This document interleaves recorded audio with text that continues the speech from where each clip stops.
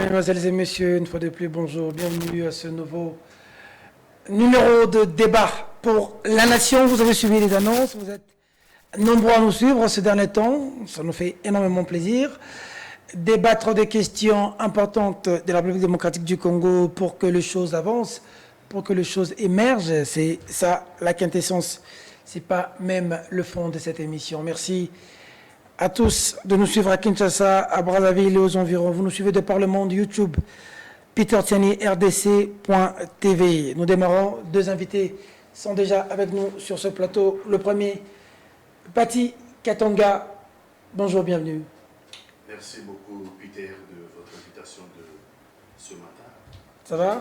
Oui. Merci beaucoup à mon frère Albert qui est là, évidemment le cas que tu as l'occasion de présenter. Et l'émission, ça fait quand même un bail, hein? Oui, un bout de temps, je n'étais pas au pays, je suis revenu et on a repris. Les gens ont beaucoup insisté, c'est ce qui fait plaisir même à l'étranger où j'étais. On fait des débats, mais les débats de vendredi est quand même assez différent. Oui, les débats de vendredi, c'est un débat d'analyse, de réflexion, parce que la politique s'est nourrie de la réflexion. Et donc ce débat nous a manqué. Vous êtes de retour, vous avez fait Bruxelles, Paris. Vous avez rencontré Wayamo. Vous m'avez envoyé Bokecho. Wayamo. Salutations à Bokecho. Et c'est là. Peuple, oui, au peuple, Lili, Peter. Les Congolais se battent pour leur pays. Heureusement qu'ils se battent. Très bien. Merci beaucoup. Deuxième invité, le très pondéré Albert Molekanzoko. Mon vieux de longue date. Comment vous allez? Bienvenue. Bonjour Peter, c'est une grande joie de te retrouver sur Toute ce une plateau, histoire ensemble. Hein. ainsi que toute l'équipe technique de Perfect TV. Je ne peux m'empêcher de vous féliciter une nouvelle fois pour le travail que vous accomplissez. Et je Merci pense beaucoup. que c'est notre première émission de De l'année, on dirait. Ouais. Et je dois dire que moi aussi, j'ai eu l'occasion de voyager les mois passés, et même jusqu'aux États-Unis. Beaucoup de gens me posaient des questions concernant l'émission. Quand est-ce que vous allez reprendre? Donc, je tiens à te féliciter pour la qualité de cette émission et que tout le monde suit maintenant, y compris à l'extérieur du pays. Continuons comme ça. Il faut persévérer. Ce n'est pas facile, mais maintenir la droite ligne de la vérité. Merci beaucoup. Albert Moleka, le professeur Kalele va nous rejoindre tout à l'heure. Norbert Yamba, le DIRCAB, clin d'œil à lui qui devait être avec nous, qui malheureusement a un petit contretemps. Il doit être à l'ambassade du Japon. La dernière minute, il s'est excusé. Il aurait bien voulu être avec vous. Le professeur Kalele va être avec nous dans les minutes qui suivent. Alors, petit biscuit, on va donc commencer cette émission. C'est cette vidéo que vous allez suivre. Je vais avoir le commentaire des invités. Vous savez que moi, j'aime faire des émissions avec vidéo parce que nous sommes à la télévision. La télévision, c'est l'image qui s'ajoute au son. Bourde insolite, ce qui s'est passé au niveau de la commune de Kalamou. Le bourgmestre qui a forcé la porte, menaçant les agents de l'ANER commis à sa juridiction. Et ensuite, c'est ceux de l'ANER qui secouent un peu le bourgmestre. Et moi, il faut être vigilant, concentré quand tu fais une émission aussi importante. Donc,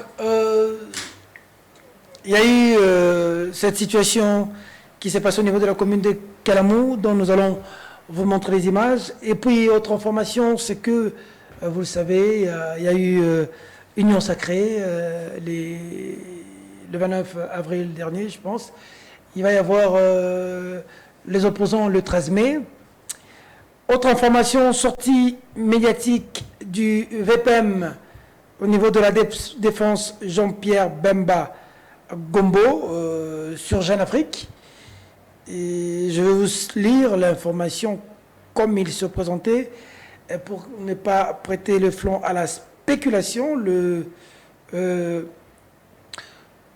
président du MLC a tenu, il s'est exprimé, il a réagi, ça a fait réagir la toile, mais vous devez écouter exactement ce qu'il a dit. Je veux vous lire, parce que ça fait réagir dans la toile. Jean-Pierre Bemba, bon, si Emma a été concentré dans cette émission, il pouvait d'ailleurs vous illustrer ça en termes d'image, parce qu'il en a, malheureusement.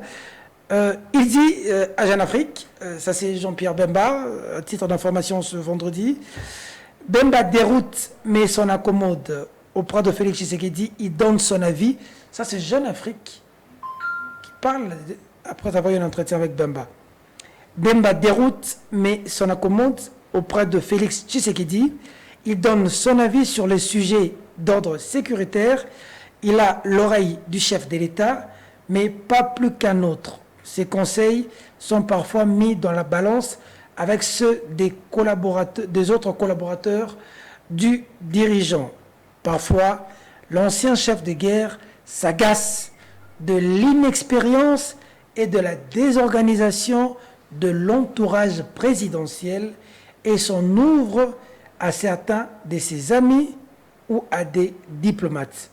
Lui se verrait bien en homme providentiel.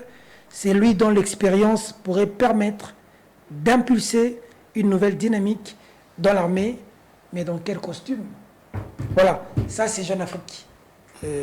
Nous sommes allés dans tous les sens, nous tous dans les tweets et tout, mais la base de ce que Jeune Afrique a publié, c'est celui-là. Donc on va...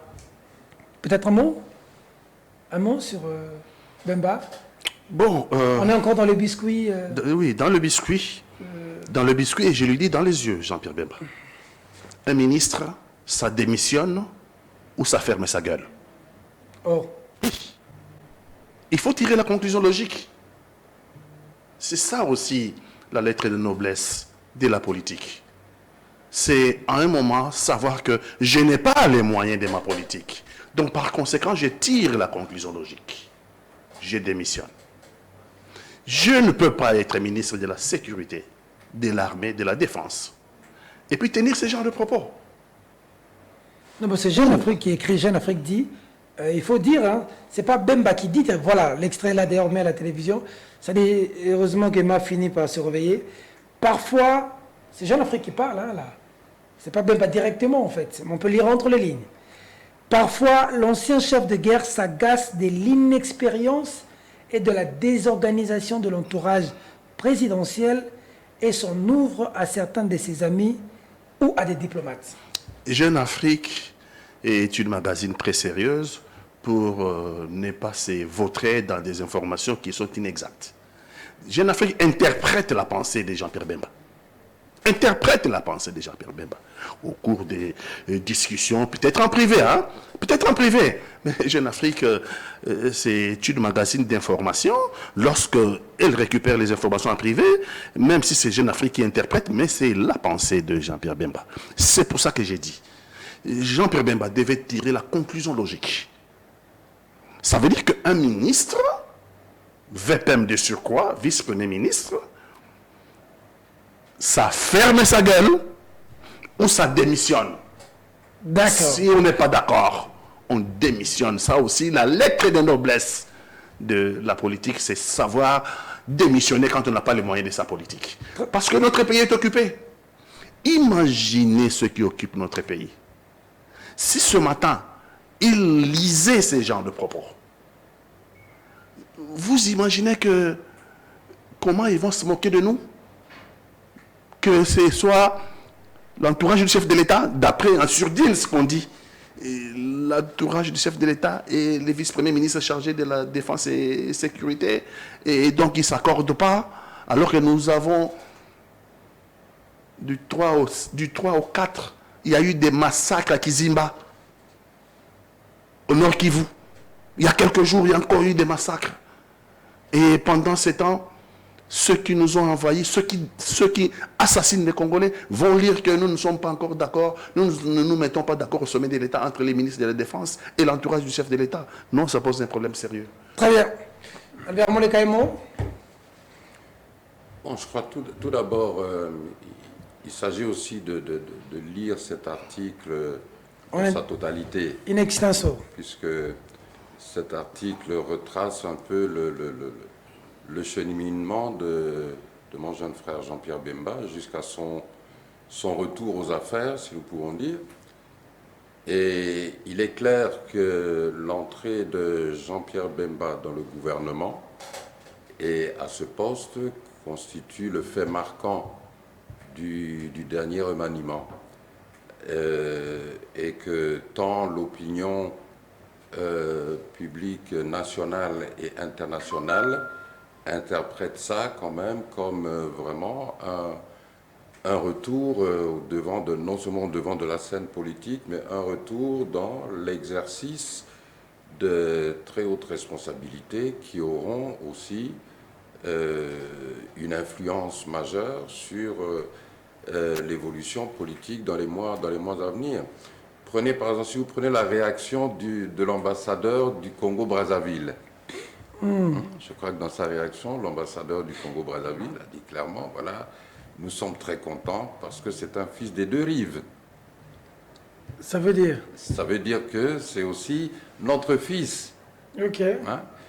Donc vous avez plusieurs réactions, même au niveau de la communauté internationale qui sont, je crois, tout à fait normales, vu qu'on ne peut pas éluder ou minimiser la personnalité de Jean-Pierre Bemba, qui reste un grand leader politique. Alors maintenant, en ce qui concerne les ambitions des uns et des autres, puisqu'il y a le terme d'homme providentiel qui est dans l'article.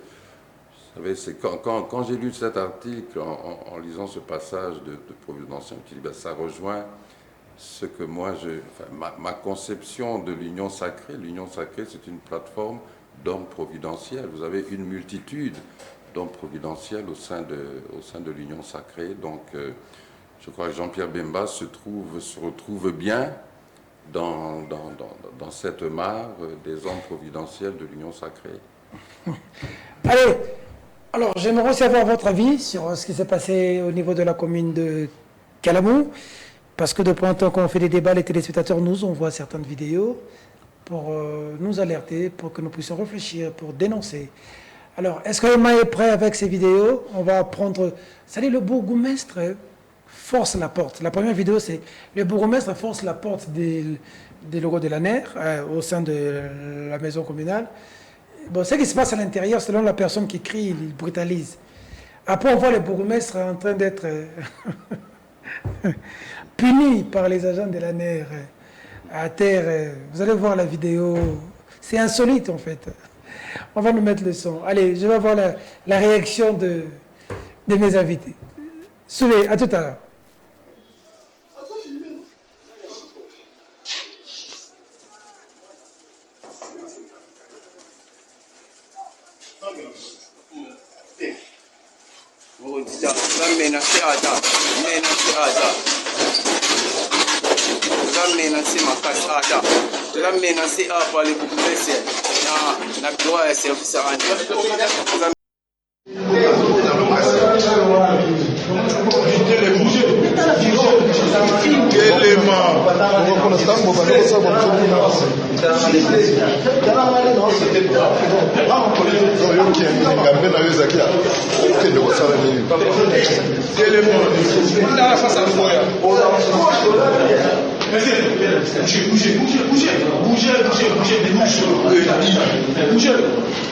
Monsieur, Denda, bougez.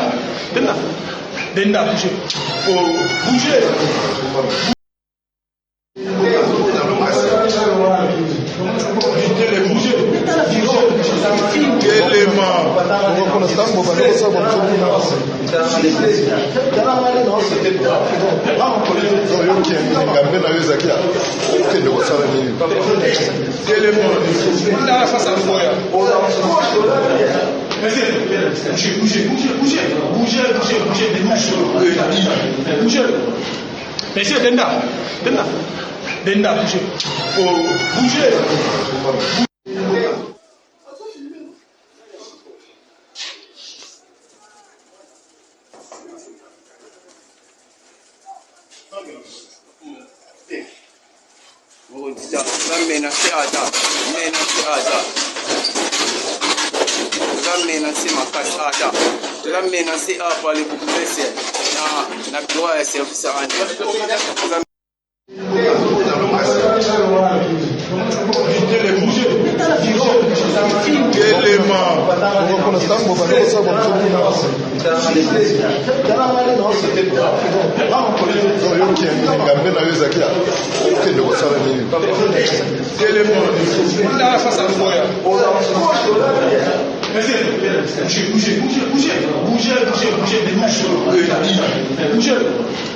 Monsieur Denda, bougez. Bougez.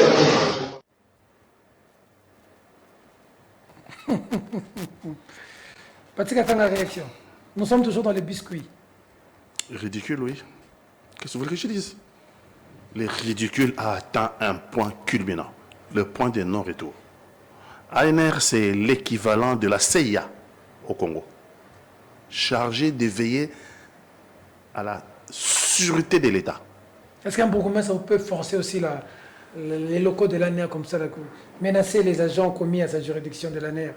Nous sommes dans la politique spectacle, on ne sait pas exactement qu'est-ce qui s'est passé. Mais l'ANR ne peut pas se prêter à ce genre de jeu. C'est un service de renseignement. C'est un service qui est chargé de veiller sur la sûreté de l'État. Et donc, les agents de l'ANR n'ont pas à se faire démasquer comme ça, à se faire filmer et à se faire connaître de tout le monde, alors que c'est un service non apparent. C'est un service qui veille à la sûreté de l'État.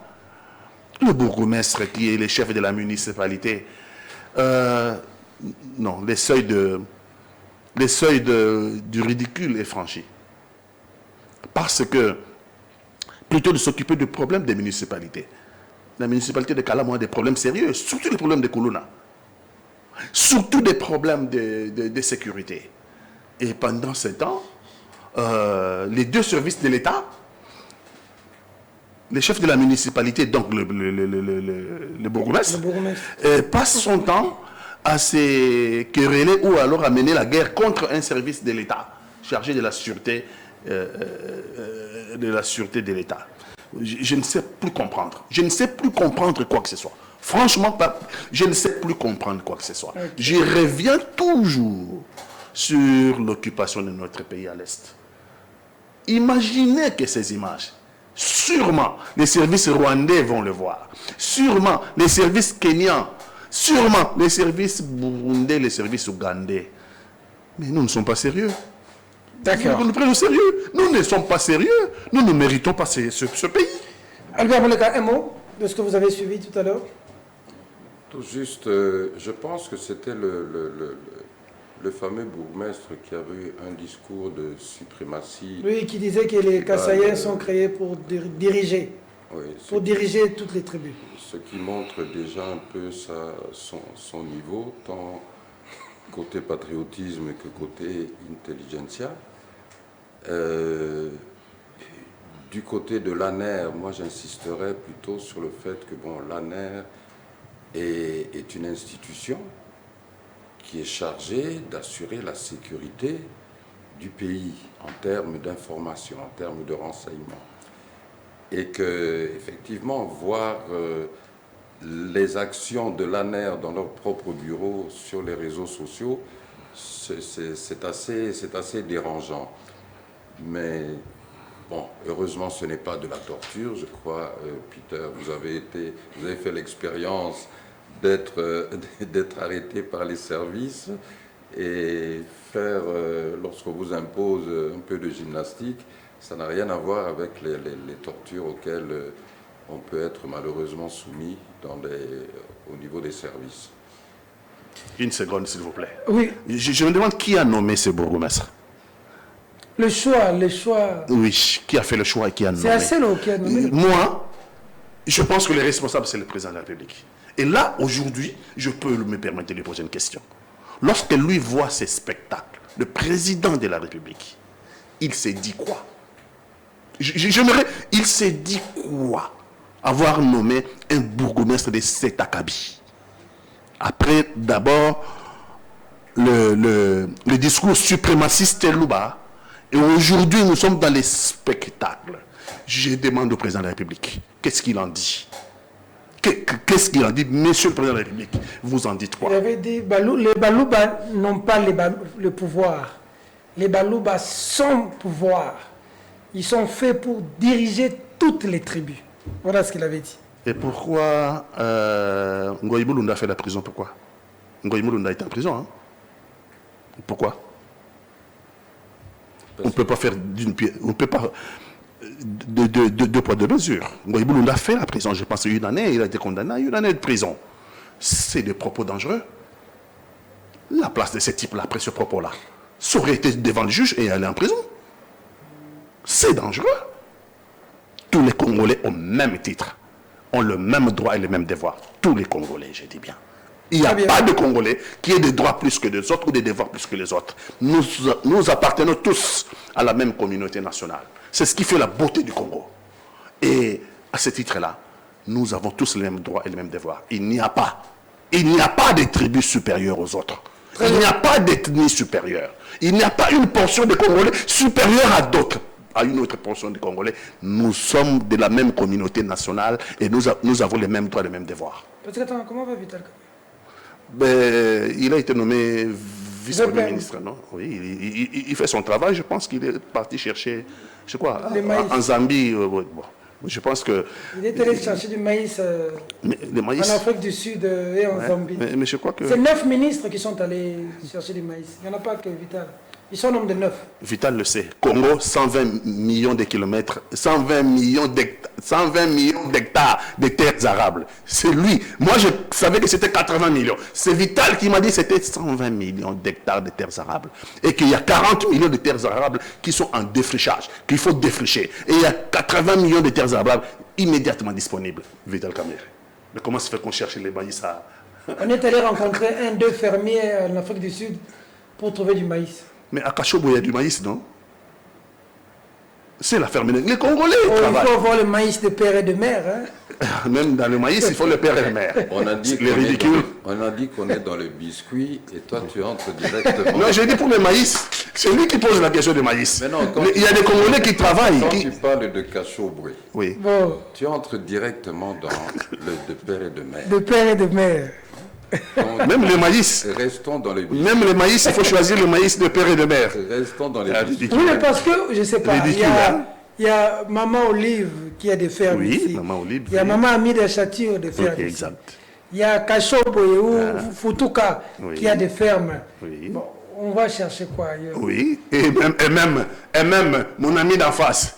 Et même mon ami d'en face, où des fermes là-bas à l'Équateur, où il y a des maïs. Peter, je crois que, en ce qui concerne... D'abord, je voudrais clôturer le précédent sujet, simplement en recommandant au régime de faire attention à cette impression d'impunité tribale qui est en train de s'installer et qui heurte le cœur des Congolais et qui heurte même la conscience internationale. En ce qui concerne le problème du maïs, moi j'ai été perturbé lorsque j'ai vu qu'on envoyait une mission de plusieurs ministres. 9 ministres environ, je crois, 8-9. Aller... Les ministres des pêches, les ministres des pétroles, des ministres des bois, tout le monde sont allés là-bas. Aller chercher du maïs à l'extérieur. Alors que vous avez mentionné quelques producteurs locaux de maïs, il y en a plusieurs, il y en a des dizaines.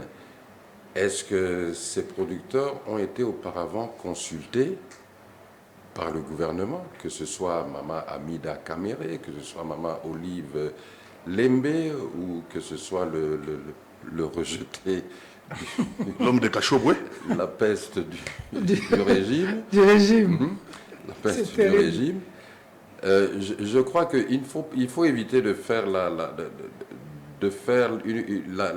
la politique selon ses propres inclinations lorsqu'il s'agit de sujets qui concernent la vie des Congolais.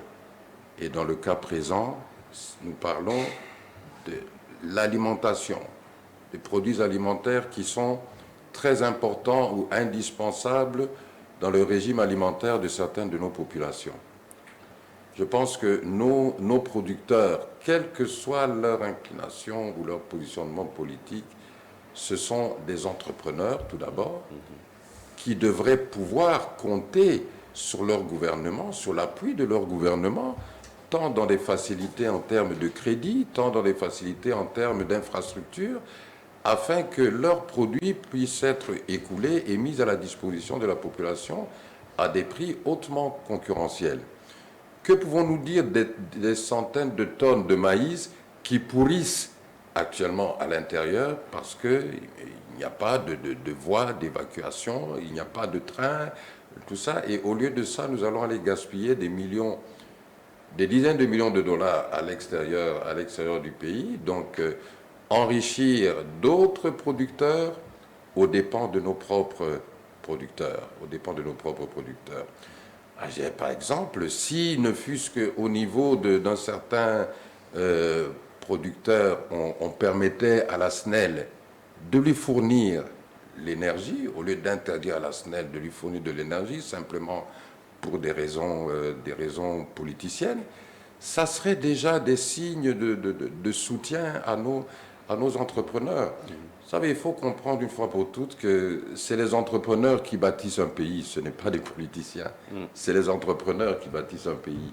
Les politiciens, leur rôle, c'est de mettre en place justement un cadre juridique. Un pays qui a plus de partis politiques et d'entreprises. Dans lesquels les entrepreneurs pourront bien évoluer afin de répondre aux besoins de la population.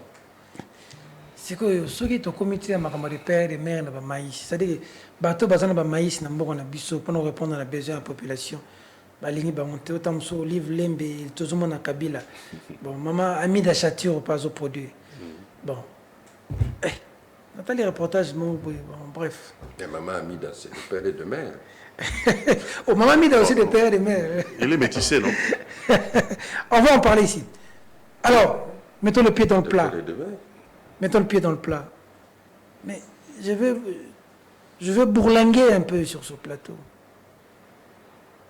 J'ai deux politiques, Albert Moleka. On a suivi la sortie de l'Union sacrée. Dont on a vu la facture pro forma est évaluée à 653 000 $ d'ailleurs pour le stade de Martyrs. Le pape au stade, le même stade qui était loué à 77 000 $. Bon, parenthèse fermée. Mais la question que je vous pose ici, c'est les politiques congolais. Est-ce que le Congolais aujourd'hui doit faire confiance aux politiques congolais au regard de ce qui se passe aujourd'hui? Ça veut dire, comment la majorité des personnes qui avaient combattu hier Kabila, ces gens-là se retrouvent au pouvoir. Ceux qui étaient avec Kabila, laissent Kabila, ils viennent avec eux. Ils reproduisent les mêmes choses qu'ils avaient faites hier. À vous, politiques, est-ce un problème de l'homme politique congolais qui est pourri? Est-ce un problème de l'homme congolais qui est pourri? Ou est-ce un problème d'une malédiction collective du Congolais? Comment expliquer que des gens qui ont fait rêver la population, qui ont promis monts et merveilles, des gens sortis des entrailles même de l'UDPS, Sphinx Tshisekedi, vous êtes à l'arrière des caméras, vous êtes avec Vital Kamerhe. Vous avez travaillé longtemps avec les Sphinx. Albert Moleka, directeur de cabinet dans les secrets du Sphinx. Le parti qui gère aujourd'hui, c'est le parti d'Étienne Tshisekedi qui s'appelle l'UDPS. Son enfant biologique, ses enfants idéologiques et tout. Comment expliquer qu'il est même tard reproché hier? Ici, je ne parle pas de Tshisekedi comme individu, mais je parle de l'homme politique congolais. C'est-à-dire, je me mets à la place de l'homme politique congolais. Congolais, l'homme, il faut qu'il ne soit voté. Tout le monde a acteur politique yamboka oyo. Bon, c'est l'opposition ou attaquer majorité. Au commune la majorité, au commune ça la makambo yo bato banda opekisa l'opposition. Bon, tout ça yakoloka, ça s'explique par quoi? Petit Katanga. Toza yakoloka te et notre pays non plus n'est pas maudit. Toza na crise d'élite. Toza na crise d'élite. Et vous allez remarquer que le Congo, plutôt que de chercher les solutions à nos problèmes, le Congo, la classe politique congolaise, il faut parler de la classe politique, et en particulier celle qui est au pouvoir. Mais ce sont les mêmes. Ceux qui étaient à l'opposition hier, ce sont ceux-là qui se retrouvent au pouvoir aujourd'hui et qui copient. Et qui copient Kabila. Nous sommes dans la copie conforme du kabilisme. Aujourd'hui. Et par le même. Et par les kabilistes. Hein. Ils ont fait la transhumance. Tundaya Kasenda, Lambert Mende. J'ai même vu dernièrement Cheo Kitundu. Cheo Kitundu. Bochab, Manu, Goïka Sanji. J'ai été estomaqué, moi qui ai combattu Kabila Joseph. J'ai été estomaqué devant ma télévision. Et j'étais en train de me dire, Patrick Katanga, tu as failli mourir pour ça. Sérieux, hein? Non, il faut aller plus loin. Rossi Mokendi est mort pour ça.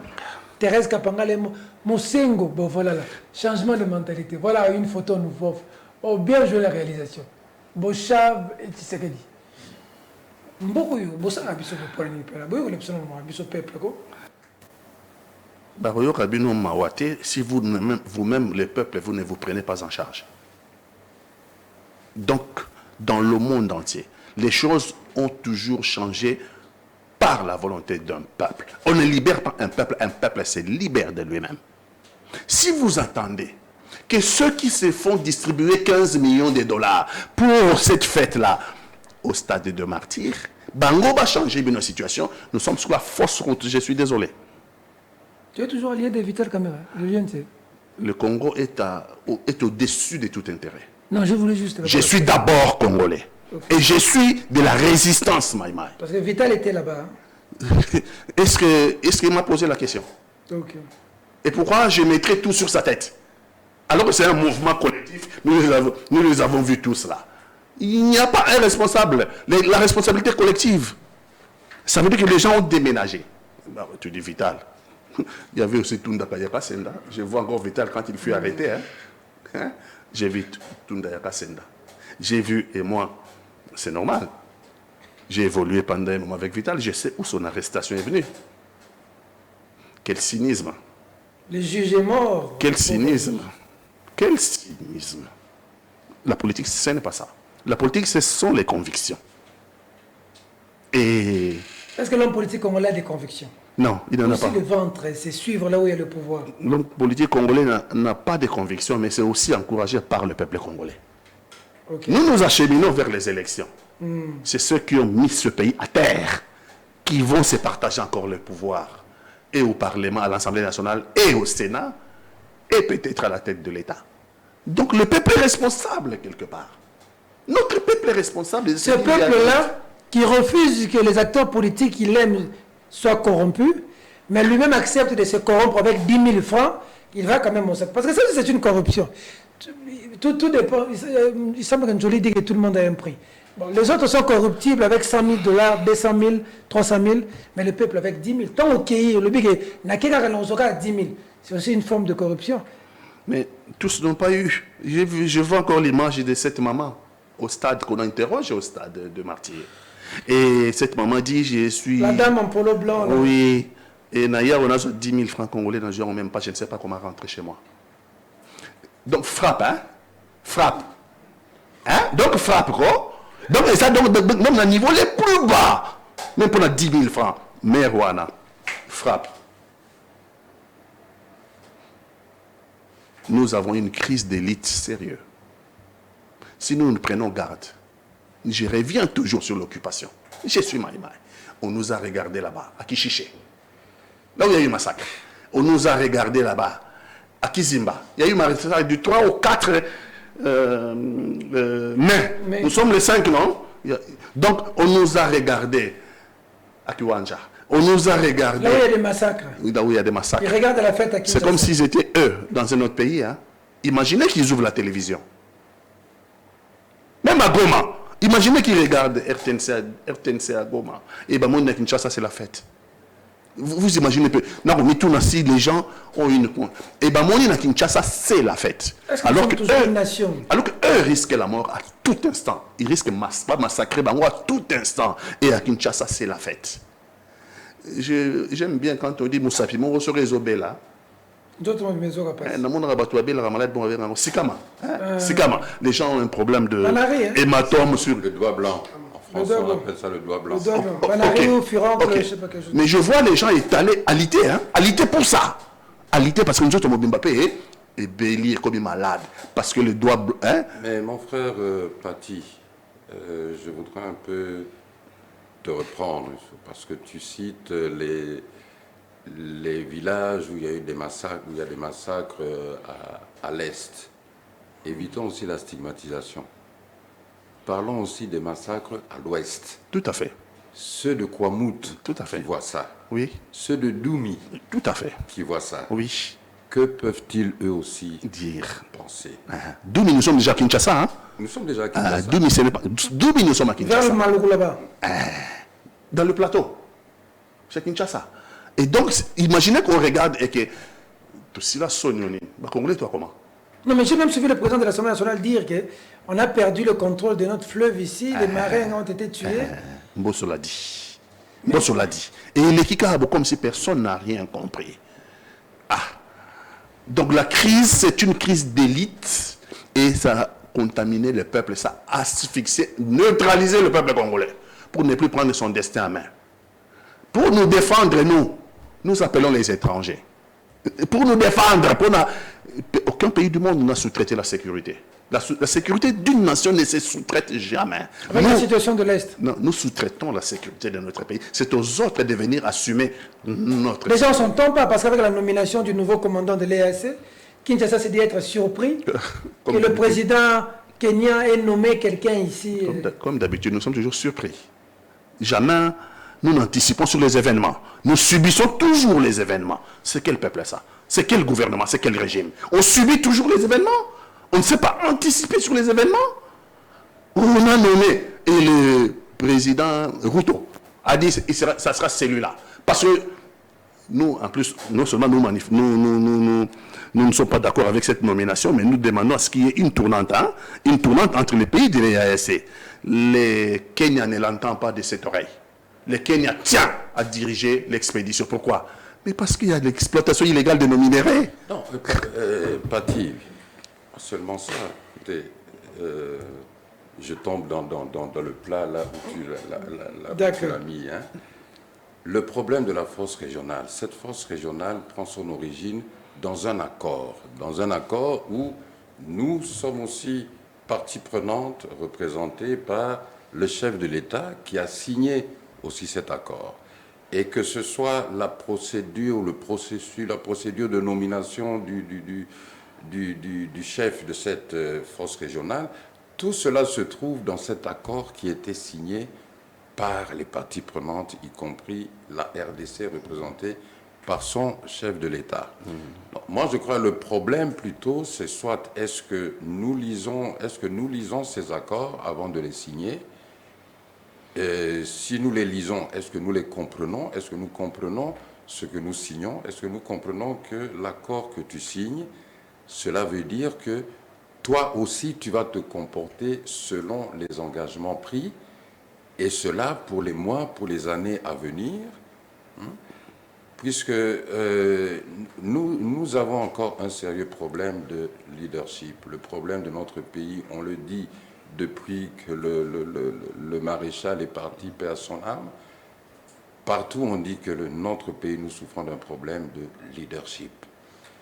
Un leadership qui puisse vraiment d'abord s'approprier moralement les problèmes de la population. Pour en revenir à la manifestation au stade, par exemple.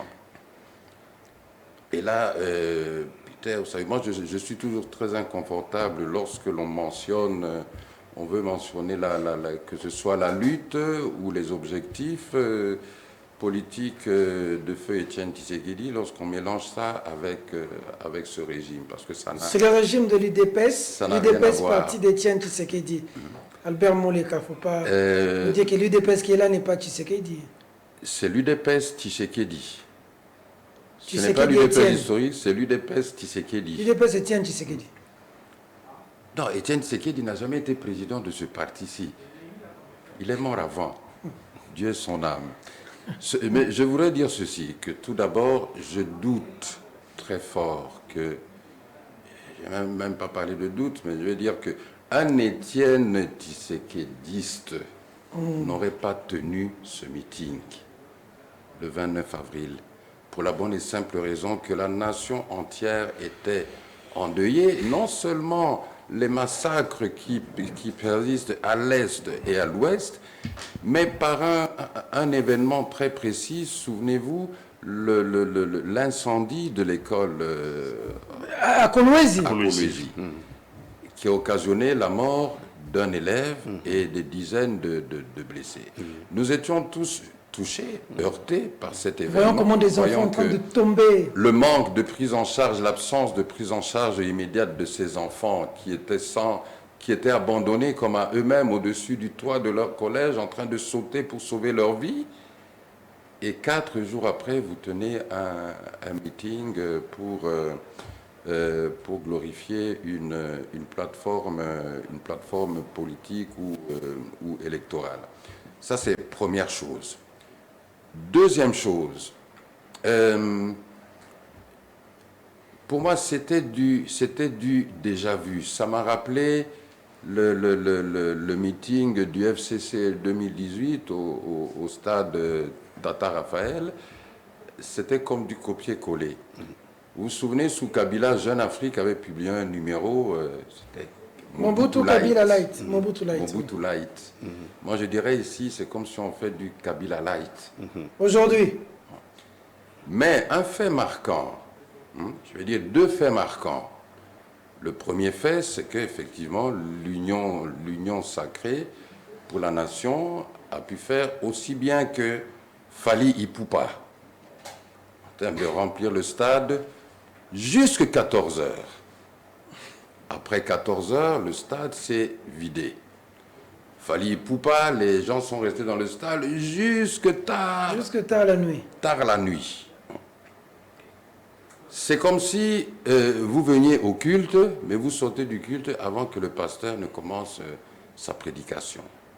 Alors pourquoi étiez-vous venu au culte? Pourquoi les gens avaient-ils rempli le stade et pourquoi ont-ils désempli le stade à partir d'un certain moment au point de ne pas rester pour écouter les discours de leurs supposés leaders?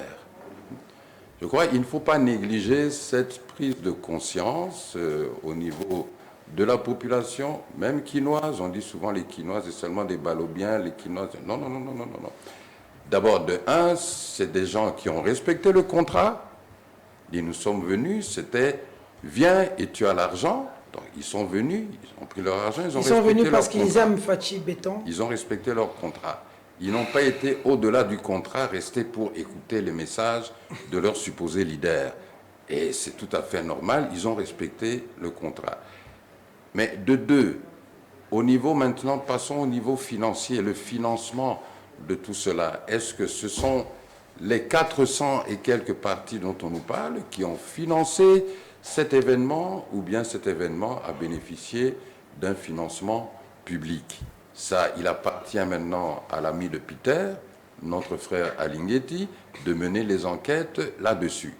Nous avons vu circuler sur les réseaux sociaux une facture pro forma adressée à une institution. Adressée à l'Assemblée nationale. Est-ce que ce papier, c'est un fait ou bien c'est réel? 653 600 quelques minutes. Jusqu'à présent, je crois que cette institution n'a pas dénoncé ce document comme faux. Alors, ce document serait tout à fait inapproprié. Si cette institution s'avère être l'organisatrice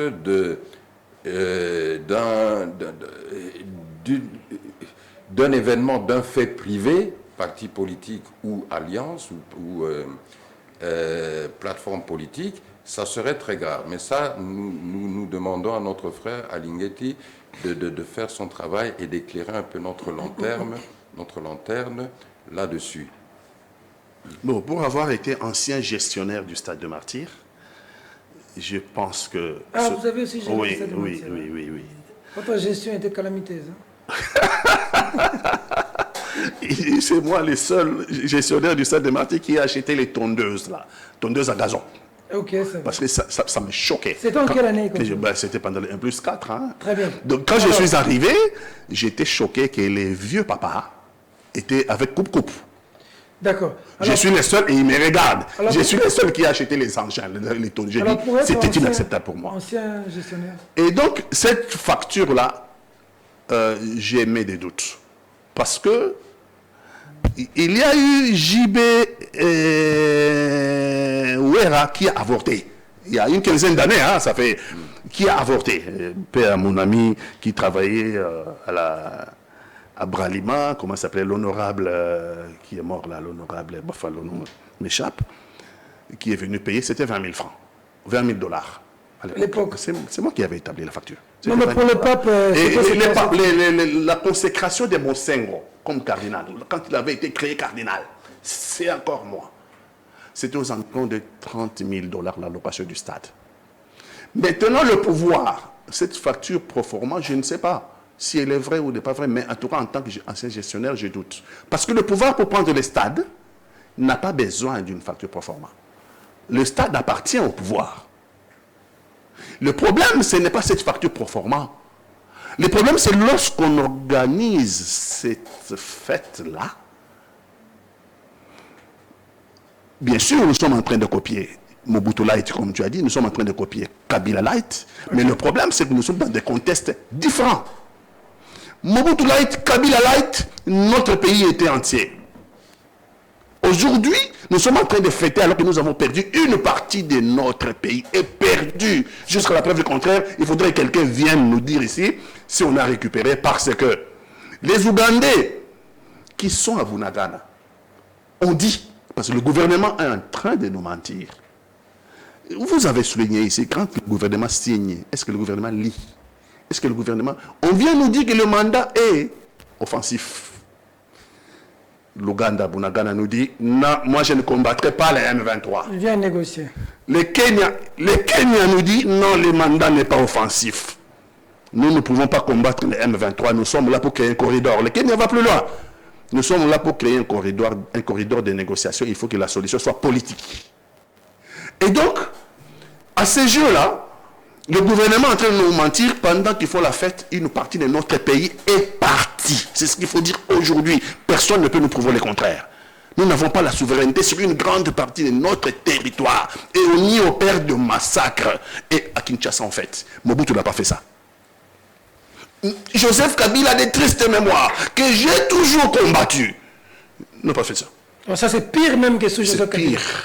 C'est pire. Nous sommes en train d'avancer vers quelque chose que nous n'avons jamais connu, parce qu'aujourd'hui, ce n'est pas seulement à l'Est, c'est aussi Yumbi, c'est aussi Kwamutu, c'est aussi Doumi. Ça veut dire que c'est dangereux. Même à Kinshasa, ils sont en train d'avancer. Qu'est-ce qui va se passer dans une année? Qu'est-ce qui va se passer dans 2 ans? On va le perdre dans ce pays, dans cette allure. Nous sommes déjà en train de le perdre. C'est pour ça que j'en appelle aux Congolais. Ils doivent se ressaisir, le peuple congolais. Pas les dirigeants, nous sommes en crise d'élite. Le Congo est en crise d'élite. Il ne faut pas compter sur cette élite politique. Parce qu'elle est en train de vendre notre pays et nous risquerions de perdre notre bijou qui est la République démocratique du Congo. Le peuple doit se mettre debout. Je me rappellerai en 2004, quand Goma était tombé, Bukavu était tombé. Quand Bukavu était tombé, nous sommes allés au Monique là, à l'époque. Voilà. J'étais dans la rue. Hein, Monique a détalé et parti à Brazzaville. J'étais dans la rue ce jour. Jules Moutebouzi s'est retiré de Bukavu. Parce qu'à 2000 km de Bukavu à Kinshasa. C'est un mot d'ordre d'un leader politique. Exactement. Les Congolais doivent se prendre en charge. Donc les Congolais dorment aujourd'hui. Hein. Ils attendent tout des leaders politiques. Ils sont en train de ronfler. Il y a une chose de fermer les yeux, de dormir, mais on est en train de réfléchir. C'est raison de dire que l'opposition a pété. À cette époque, l'UDPS était dans l'opposition. Non, maintenant. Aujourd'hui, sans l'UDPS dans l'opposition est à pété. C'est compliqué. Les peuples doivent se mettre debout. Parce que là, tu dois perdre un boca. C'est bien de dire opposition à pété. Mais Mboka nous dit qu'il va pas Mboka à pété. Na pété quand Ouganda côté na Mboka on a na frontière na bango na Bunagana.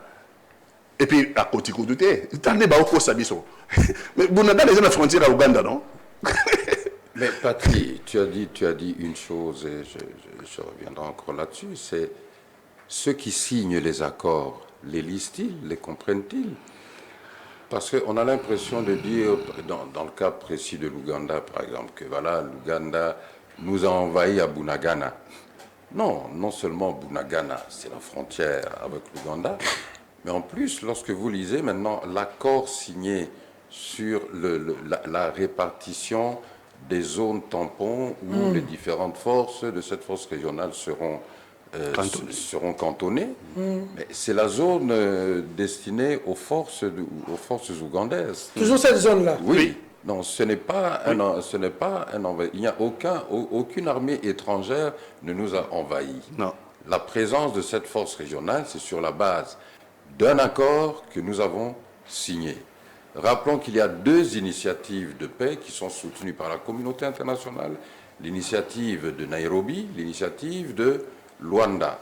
La particularité de l'initiative de Luanda qui a évolué, c'est que le gouvernement de Luanda a reçu un mandat maintenant de l'Union africaine pour intervenir aussi dans le dossier. C'est ainsi que le gouvernement de Luanda a décidé aussi d'envoyer à peu près 500 combattants pour, selon leur dire, pour assurer la sécurité des différentes structures, mécanismes de vérification, tout ça, ainsi que la sécurité de certaines autres personnalités étrangères qui se trouvent dans la région.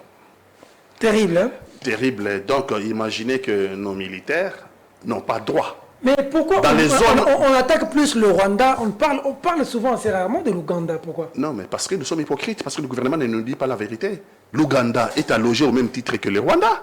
Parce que Bunagana, c'est la frontière, on l'a dit ici. Bunagana, c'est la frontière de l'Ouganda. Le M23 n'est pas passé par le Rwanda. Bunagana, c'est la frontière avec l'Ouganda. L'Ouganda a créé le corridor pour que M23 passe vers... c'est l'Ouganda qui est derrière le M23. Et l'Ouganda est clair. L'Ouganda dit, je ne combattrai pas le M23. Je suis venu pour que le M23 négocie avec le gouvernement. Emmanuel, et je ne me retirerai que... Emmanuel est en train de rêver à la régime, malheureusement. C'est terrible. Donc l'Ouganda dit, je ne me retirerai que s'il y a solution pacifique politique entre le gouvernement de Kinshasa et le M23. Mais le gouvernement de Kinshasa est en train de nous dire, je ne négocierai pas. Un mensonge. Un mensonge. Parce qu'ils sont déjà en train de négocier. Le quatrième round de Nairobi, le Kenya a clairement dit qu'il faut la solution politique. Il faut la solution politique. Pendant ce temps, Kagame dit... Non, Pati, ce n'est pas le Kenya qui a dit ça. C'est les accords que nous avons signés qui disent ça. D'accord, mais maintenant, ce qu'il faut dire... Qu'il faut une solution politique. Pas seulement avec le M23, même les autres groupes armés. Tu remarqueras que les autres groupes armés qui étaient présents à Nairobi, avec lesquels nous avons négocié, quel est ce groupe armé qui a abandonné ses positions? Personne. Est-ce qu'il y a eu, combat armé affrontement avec la force régionale? Non. C'est pour ça qu'il faut dire maintenant. Maintenant, cette force régionale-là sert à quoi? Ils sont venus créer un corridor pour que les groupes armés restent là où ils sont, pour que là où les terres conquises par les M23, ils gardent leurs terres et ils viennent créer un corridor. Est-ce qu'on n'est pas en train de vivre la balkanisation? Quand on écoute déjà Kagame dire qu'il faut qu'on restructure la dimension, nous avons pris une partie du Rwanda, et puis la force régionale vient, il crée ce corridor-là, il reste là-bas. Ngwanda, paix à son âme, Ngwanda. Est-ce que Ngwanda, je me dis, mais comment j'ai pas pu faire d'interview avec cet homme? Mais beaucoup de choses arrivent aujourd'hui, Ngwanda l'a dit, apparemment. Peter, quelqu'un a dit, d'ailleurs c'est inutile de se battre encore pour des petits lopins de terre parce que notre pays, ça sera... L'EAC qui va gérer la région. Ça sera l'EAC dans la communauté de l'Afrique de l'Est. Tout ça sera notre pays. Moi, je réfléchis un peu. Quelqu'un plus loin. Alors, ce pays-là aura besoin d'une force pour surveiller, défendre le territoire, et ça. Et cette force sera composée de quels pays? Des pays membres. Ça sera une force régionale qui est pour moi déjà là. Donc, comme le président Félix avait dit que non, on n'a plus besoin de nous battre pour des terres, notre pays, c'est l'EAC qui va gérer. C'est la concrétisation de ce que le président Félix avait dit. Cet envoi. Mais cela se tient, parce qu'en ce moment, en Nairobi, c'est l'évaluation de l'accord cadre d'Addis Abeba, qui a connu maintenant 10 ans. Il faut faire la position du Congo à Addis Abeba. Si vous regardez la position du Congo, ça va vous énerver immédiatement. Immédiatement. Le Congo arrive, comme d'habitude, hein, c'est nous, c'est ici. Comme d'habitude, on utilise le Rwanda. La litanie, on la connaît. Hein? Nous, on veut la solution. Mais le Rwanda nous a agressés. On connaît la litanie. Mais in fine, le ministre de la coopération régionale dit nous sommes pour la paix. Nous ne voulons pas la guerre. Nous voulons vivre la paix avec tous nos voisins. Nous voudrions que le Rwanda comprenne. On termine par les pleurs nichards quotidiens.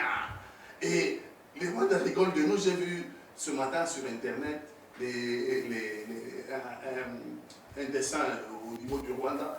Le Rwanda est en train de rigoler quand le ministre congolais est en train de pleurer que le ministre, on vous impose la guerre, vous la faites.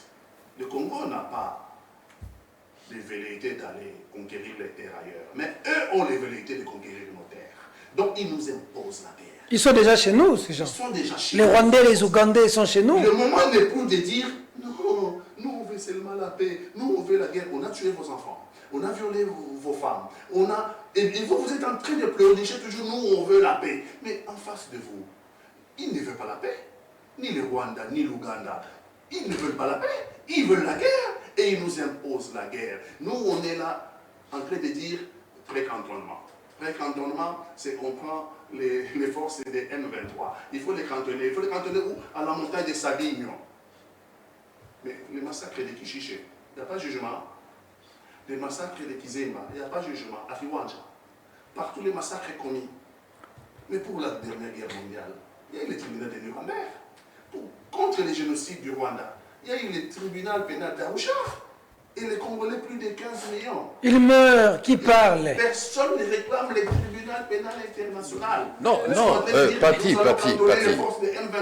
La place de M23, c'est... Pati, ce qui est étonnant dans ce que tu pas dis, au cimetière. C'est que, bon, tu sais très bien que notre frère, le docteur Mukwege, prix Nobel, que nous saluons, il lutte pour cette justice transactionnelle. Mais il n'est pas soutenu par son gouvernement. Non. Il n'est pas soutenu par son gouvernement. On l'a même qualifié maintenant de Burundais. Hein. Maintenant, il devient burundais parce que... Il est maintenant burundais, le docteur Mukwege. On a peur on dit même qu'il est maudit parce qu'il fait des interventions. On a vu les membres d'un parti politique. Dès qu'on a peur que vous êtes candidat, on vous affuble d'une nationalité étrangère. Arrêtez le vocable de dire est-ce qu'on va pas vers la balkanisation. Notre pays est balkanisé. Dès lors qu'on prend nos territoires par les armées étrangères et on interdit à l'armée congolaise. C'est une interdiction. Hein. L'M23 vous n'arrivez pas ici, si vous arrivez... L'Ouganda dit c'est une interdiction. Si je vous vois à côté, vous allez... On interdit à l'armée congolaise. Lisez l'article 69. J'ai vu quelqu'un tweeter... Lisez l'article 69 de la Constitution. Mais il faut un procès, non? Le président de la République l'a montré son serment. Une partie de notre pays est entre les mains des étrangers, des armées étrangères, et on interdit à l'administration congolaise de revenir dans ces territoires. On interdit à l'armée congolaise de revenir dans ces territoires. Ne parlez plus de la balkanisation qui va venir. Nous sommes déjà balkanisés. Et les terres qu'on a choisies, c'est les meilleures terres, les terres arables, les meilleures terres du Congo. C'est que là on a choisi. Les carrés miniers, c'est là qu'on a... De l'or. Oui. C'est là où on a l'histoire de Mwanga Chouchou, tout ça, on dit 75%, 80% de minéraux au niveau du Nord Kivu, dans les territoires de Massissi. On parle de coltan, 75% de la production mondiale. C'est là qu'ils ont choisi, non? C'est là qu'ils ont choisi de prendre. Et pendant qu'ils nous sommes en train de penser que la solution viendrait de quelque part... On doit faire quoi? Albert Moleka, on fait quoi? Pour la situation de l'Est, Albert Moleka. Mais tout d'abord, parce qu'il y a quelque chose que Pati avait mentionné tout à l'heure, parce qu'on disait nous voulons la paix. Oui, nous voulons la paix et nous devons rechercher à tout prix cette paix. Mais l'adage disant si tu veux la paix, prépare la guerre, c'est un conseil aussi de gestion politique. C'est la meilleure assurance pour avoir la paix ou pour avoir plus facilement la paix, c'est d'être préparé à la guerre, c'est-à-dire d'être préparé militairement, d'être préparé au niveau de tes forces de sécurité, de sorte à prévenir toute guerre, de sorte à ce que Obangisa déjà Moninga, Abanga Kutu, Kokotelayo. Mais tant que toi-même tu ne t'es pas préparé, tant que toi-même tu présentes des insuffisances pour protéger ton territoire, pour protéger tes citoyens, pour protéger tes activités, mais n'importe quel voisin viendra fourrer son nez chez toi. Ça, c'est tout à fait, ça c'est clair. Donc nous en revenons toujours au problème de leadership. On a besoin d'un leadership qui devient responsable, de sorte à pouvoir aussi enseigner cette responsabilité à la population, parce que l'exemple vient d'en haut. Aujourd'hui, je crois que la technique ou la stratégie de stigmatisation, de mettre tout sous le dos des Rwandais ou des Tutsis ou des Nilotiques, faire d'eux les responsables de tous nos malheurs, ce n'est ni productif et ce n'est pas la vérité. Ce n'est pas la vérité et ce n'est pas productif. Mais ça a une conséquence qui est très nuisible pour nous et les générations à venir. C'est que on entraîne les Congolais à ne pas prendre leurs responsabilités. Et on fait des Congolais des gens, moi j'appelle ça les disciples de Satan. Tu sais, Satan c'est l'accusateur. Toute chose c'est pas ma faute, c'est sa faute, c'est sa faute, c'est sa faute. Donc je fouillerai toujours mes responsabilités. Or, que ce soit dans la vie, que ce soit en politique, c'est ceux qui sont non seulement conscients, mais qui prennent leurs responsabilités, c'est ceux-là qui gagnent. Et c'est ceux-là qui avancent. Tous ces pays que nous accusons, allez chez eux.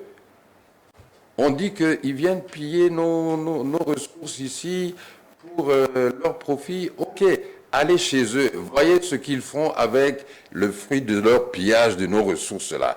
Alors, nous-mêmes qui pillons, nous les dirigeants, nous pillons nos ressources encore plus.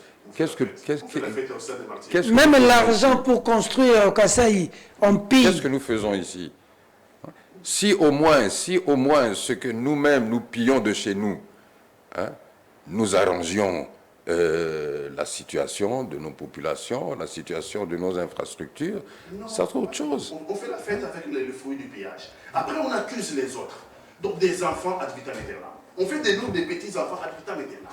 Nous ne sommes pas responsables. Mais c'est votre régime mignon, ça crée dans l'immédiat, Peter, comme le mandat de la force régionale était de 6 mois, donc c'est un mandat qui doit être reconduit.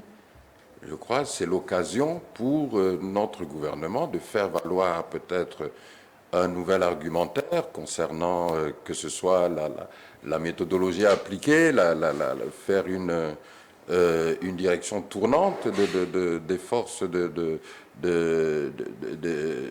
la hiérarchie de la force régionale. Encore que, n'oublions pas, ces accords, ce sont des accords impliquant toutes les parties, c'est-à-dire tous les membres de la communauté des États de l'Afrique de l'Est. Ce n'est pas parce que vous voulez qu'on doit directement vous écouter et dire « Ok, on adopte ». C'est à la majorité. Albert, on doit sortir de cette logique de souveraineté de notre sécurité. Les Congo doivent se reconstruire. Il n'y a que l'armée du Congo qui peut libérer. Il n'y a que l'armée du Congo qui peut libérer les territoires occupés et par les M23 et par les ANC. Je pense qu'on l'a dit, quand on a lu le commentaire sur Jean-Pierre Bemba, qu'il considère que c'était une erreur d'en appeler aux troupes de l'EAC. Je pense que cette analyse n'est pas fausse. Mobutu n'a jamais appelé. Mobutu a connu 2 guerres. Nous, on était encore jeunes, nous avons vu 2 guerres ici, en 77 et 78. Nous avons des précédents. Nous avons vu la guerre, on ne va pas dire les anciennes guerres, nous étions peut-être trop grands, on n'était pas nés. Mais en tout cas, Mobutu, les 2 guerres où on avait la conscience. Moi, je sais qu'en 77, je suis en première CO, en 78, je suis en deuxième CO. Donc j'ai bien connu. J'allais au stade où il fallait Mobutu donner les meetings pour devoir des redevabilités. Mobutu a fait défiler les Cubains. Mobutu a fait défiler les Cubains lors de la guerre de 80 jours. 77. Les Cubains ont défilé. J'étais au stade avec mon école. Et donc, nous avons un précédent.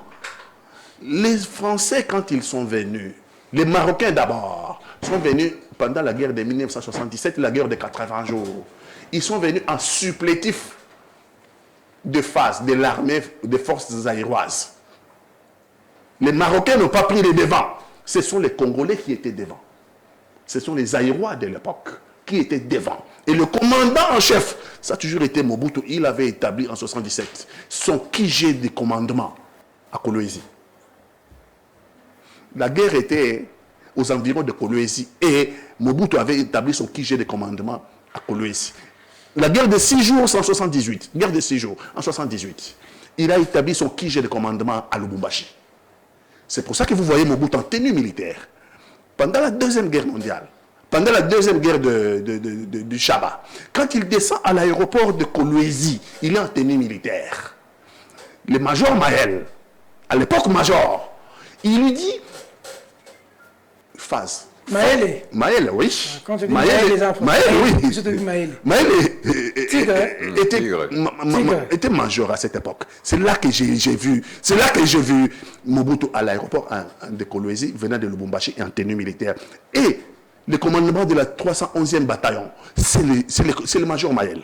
Le major Maël lui dit, nous avons récupéré tous les îlots occupés par les rebelles. Mais seulement, les rebelles ont pris en otage les expatriés blancs. Nous pouvons investir pour libérer ces expatriés blancs, mais il y aura des massacres. C'est Mobutu à l'aéroport de Kolwezi qui dit au commandant de la 311e bataillon, qui était le major Maël, ne faites pas ça. Si vous faites ça, ils vont nous créer des problèmes. J'appelle Giscard d'Estaing. C'est comme ça que Mobutu va appeler Giscard d'Estaing à l'aéroport de Kolwezi. Et 6 heures après, les paras vont sauter sur Kolwezi, les paras français. Parce qu'il a activé, le président français a activé la base qui était à Bangui, a activé la base qui était en Centrafrique, au Gabon, et tout ça. 6 heures après le coup de fil de Mobutu, les parents français ont sauté sur Kolwezi. En supplétif toujours des forces armées zaïroises. C'est ça qu'on commande la guerre. C'est ça un commandant de la guerre. Le président de la République. Le jour où Bunagana tombe, le jour où Bunagana tombe, le soir même, le président de la République part en vacances à Marbella. Oh. Le 23 janvier de cette année, une bombe éclate à Béni. Dans une église, dans une boîte de nuit, je pense que c'était dans une église. Et la bombe tue des Congolais là-bas. Le président de la République, le soir même, part à Davos en Suisse. Part à Davos en Suisse. Le président sud-africain, parce qu'il n'y avait pas de courant, hein, il a refusé. Parce qu'il n'y avait pas d'électricité à Johannesburg, le président sud-africain a renoncé d'aller à Davos. Et le président de la République, pendant que le Congolais mourait par cette bombe-là, placée, le président de la République a fait son tour. De Davos, il est allé au Qatar. De Qatar, il est allé chez Macky Sall au Sénégal. Au Sénégal, il est venu vite fait ici pour le pape. 2 jours après le départ du pape, il est parti à Bujumbura. Il n'est même pas arrivé là. Les Congolais mouraient. De Bujumbura, il part en Angola. De l'Angola, il part en Afrique du Sud. De l'Afrique du Sud, il part aux îles Maurice. Pour chercher des solutions. On ne commande pour pas que les gens ne meurent plus là. On ne commande pas la guerre dans les avions. Nous avons vu Mobutu faire. Nous avons vu Mobutu faire. Nous étions jeunes. Et nous avons vu la guerre. Ce n'est pas un jeu d'enfant. D'accord. Merci beaucoup. Le président de la République, il a dit lui-même qu'il établirait son QG de commandement à Goma. Ça a été le message de campagne. Et nous attendons toujours. Parce qu'il faut que notre pays, il a pris notre pays entier, qui doit nous remettre notre pays, entier. Bon, il va gérer ça au deuxième mandat. Je crois qu'il s'agit d'encourager... Au deuxième mandat, il pourra remettre le pays. Il s'agit d'encourager le chef de l'État en tant que commandant suprême. Je ne vais pas reprendre la litanie du parti État père de la nation, timonier de la Révolution, tout ça, mais d'aller rendre visite à ces populations qui sont touchées. Faites par ces attention à la massacres, sécurité du chef tout de ça. l'État là-bas. Hein. Oui, la sécurité du chef de l'État doit être assurée par ceux qui sont payés pour ça, puisque nous avons eu des visiteurs tels que le président Uhuru Kenyatta est allé voir les déplacés dans les camps. Monsieur Lacroix, le secrétaire général adjoint des Nations Unies, est allé sur place et d'autres personnalités étrangères ont été visitées. Nos frères, nos sœurs, nos mamans dans les camps des déplacés. Mais c'est interpellant que leur propre chef d'État et le commandant suprême des armées n'aient pas encore daigné aller sur place pour question de sécurité. Peter, si tu as des problèmes avec la sécurité, tu ne cherches pas à être président de la République. Parce que chaque jour, ta vie est en danger. D'accord. On va chuter avec ce dernier sujet. Congolité, une idée salutaire contre l'infiltration, une bombe à retardement pour l'implosion du pays. Il y a une idée qui a été donnée, présentée à l'Assemblée nationale, vous avez suivi. Bosso en a parlé, il faudrait que ce soit débattu là-bas. C'est le débat aujourd'hui. Qu'est-ce que vous en pensez? Est-ce qu'aujourd'hui, il ne faille pas, avec tout ce que vous venez d'évoquer ici, avec la problématique de l'Est, est-ce qu'il ne faille pas protéger un peu la nationalité pour qu'on ne soit pas infiltré? Comme ça, on n'a pas de problème que nous avons dans la partie Est de la République démocratique du Congo. Là, je commence par Albert Moleka. Je vous prendrai Pati Katanga. Peter, en 2021, donc il y a presque 2 ans, lorsque ce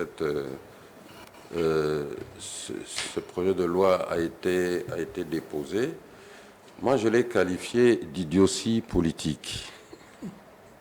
Ça veut dire une idiotie en français, ça veut dire argument, quelque chose qui manque de sens, ou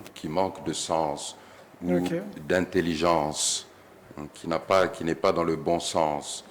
Idiotie ne veut pas dire seulement zoba. Ok.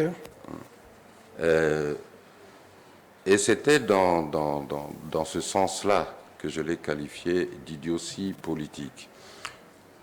Pourquoi? Vous savez, une loi doit répondre à un besoin donné de la population face à un problème donné et donc apporter une solution à un problème donné à un moment donné. La loi dite de père et de mère, ou la loi Tchani, il faut d'abord remarquer que la personne à l'origine de cette loi, si on considère que c'est Noël Tchani, puisqu'à mon avis, ce n'est même pas Noël, il y avait encore quelqu'un derrière. Mais Noël lui-même n'est plus congolais. Noël est américain. C'est pour ça d'ailleurs que dans la loi, on veut de nouveau déformer la question de double nationalité. Oui, la question de double nationalité. C'est-à-dire que cette loi Pouloulou ou loi Tchani touche et à certains droits acquis des Congolais qu'on veut retoucher par rapport à leur accès à des fonctions publiques, mais aussi à l'acquisition de la nationalité, de sorte que un Congolais qui aurait laissé tomber la nationalité congolaise pour une autre nationalité, qui ne soit déclaré non congolais que si lui-même y renonce. Ça, je pense que peut-être mon frère Noël tient à récupérer la nationalité congolaise. Mais ce qui est étonnant, c'est qu'on nous dit que Noël a été candidat à la présidence de la République, dans notre pays, tout en ayant une nationalité américaine. Bon. Il a dit que c'est pas vrai, on lui prête des intentions. Il est congolais. Comment? Il a dit que c'est pas vrai, on lui prête des intentions. Il est congolais, il n'a jamais changé de nationalité. Non, je crois que Noël sait qu'il est américain, il sait que son fils est américain. Écoutez, bon, Noël est un ami, je l'aime beaucoup. Lui-même sait de quoi nous parlons ici. Vous êtes très entré aux États-Unis, de toute façon. Comment? Vous avez fait votre université? Non, non seulement ça. Noël est un ami. On se voyait chaque fois à Washington. Et c'était... je pense que si Étienne Tshisekedi avait été installé président de la République, il y a de bonnes chances que Noël aurait occupé un bon poste au niveau de la gestion des finances de ce pays, soit lui, soit le vieux Tshishimbi. C'était les deux candidats. Plus tard, Noël a cherché, et c'est tout à son honneur, a cherché à servir son pays à travers d'autres ministères sous Kabila. Ça n'a pas marché. Maintenant, je crois que Noël s'est lancé dans un combat qui était soutenu, mais qui me gêne parce que cette loi, actuellement, elle est inappropriée et elle heurte les dispositions constitutionnelles. Et d'ailleurs, c'est la conclusion du rapport du bureau de la commission de l'Assemblée nationale qui avait recommandé au bureau de l'Assemblée nationale de mettre de côté, de rejeter cette loi. Maintenant, la loi a été réintroduite. Par entêtement du... Vous avez parlé de l'entêtement de Tingi Pouloulou.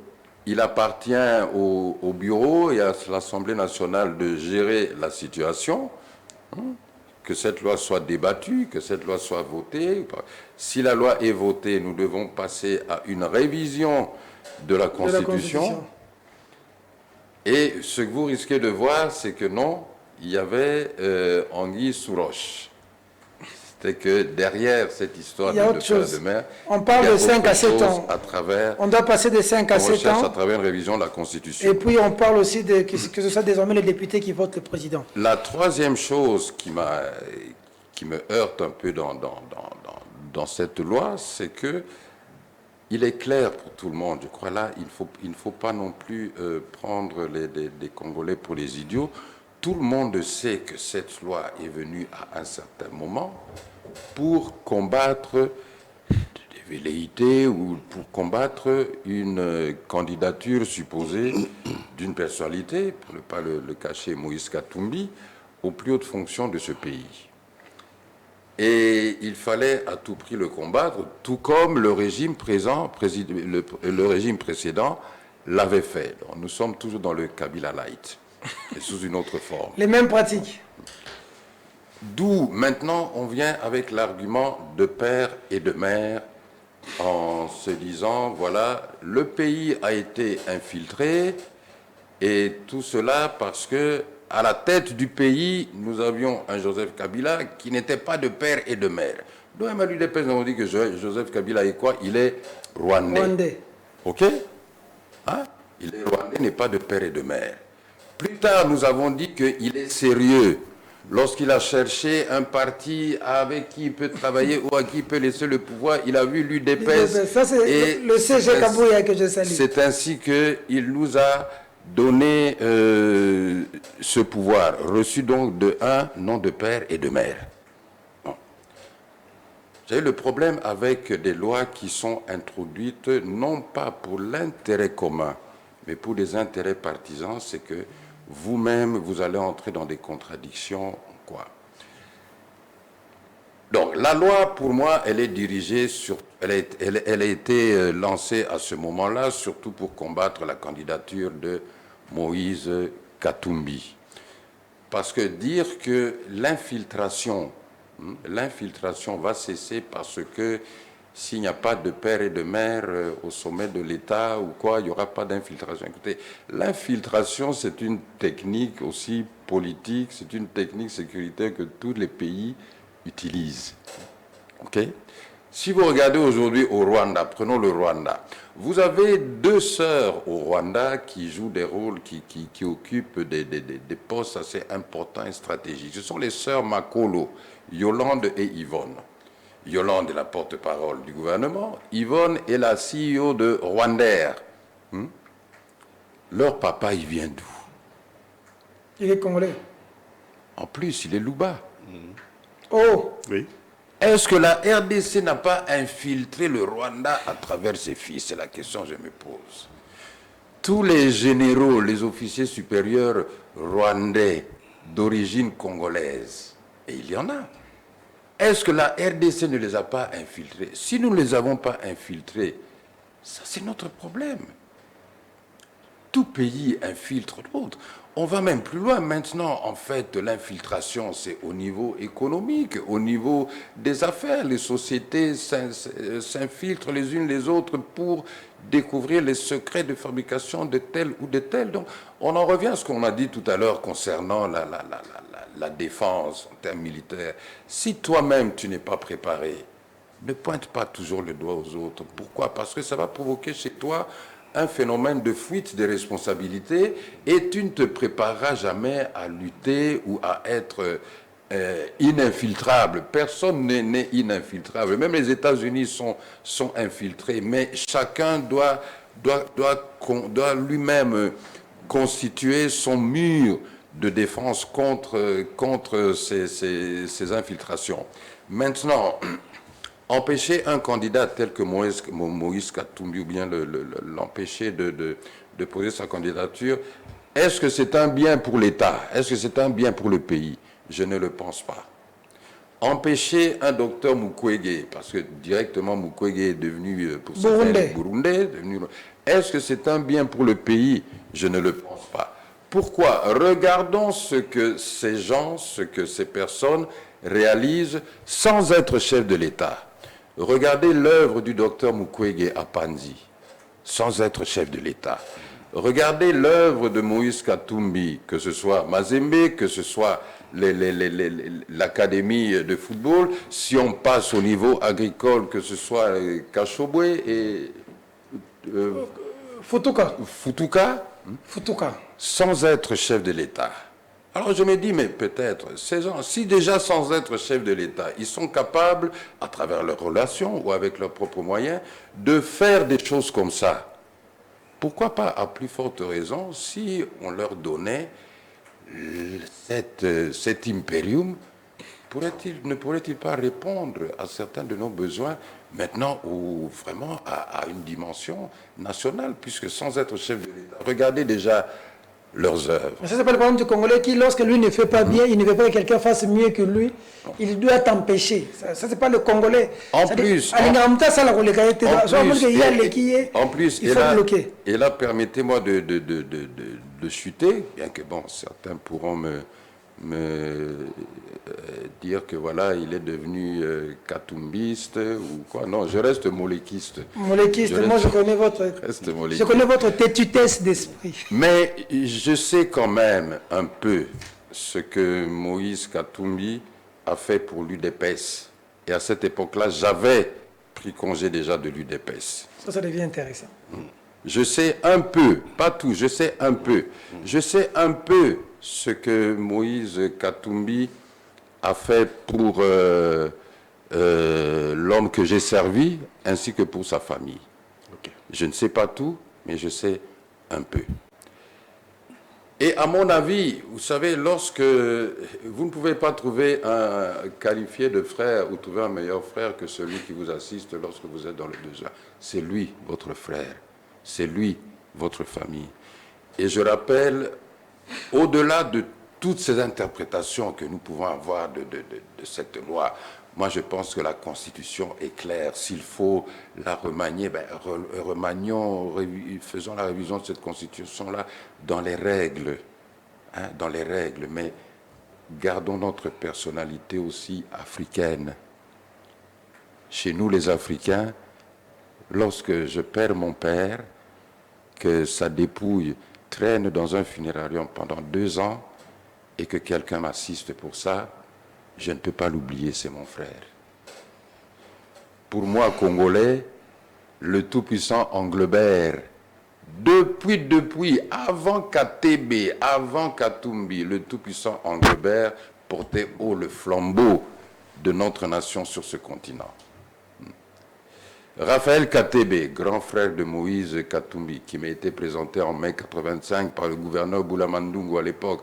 Boula Mandungu, père de Kaumbu Mandungu, conseiller privé du président Félix Tshisekedi.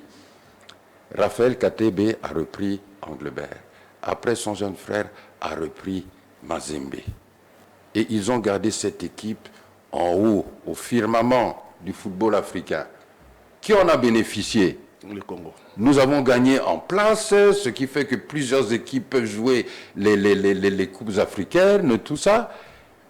Mais maintenant, lorsque le monsieur, donc Moïse Katumbi, décide que bon, moi aussi, je voudrais servir mon pays, il devient quoi? Il est étranger. On va même plus loin en voulant soutenir ça par des versets bibliques. Deutéronome 17, 14, que j'ai prêché.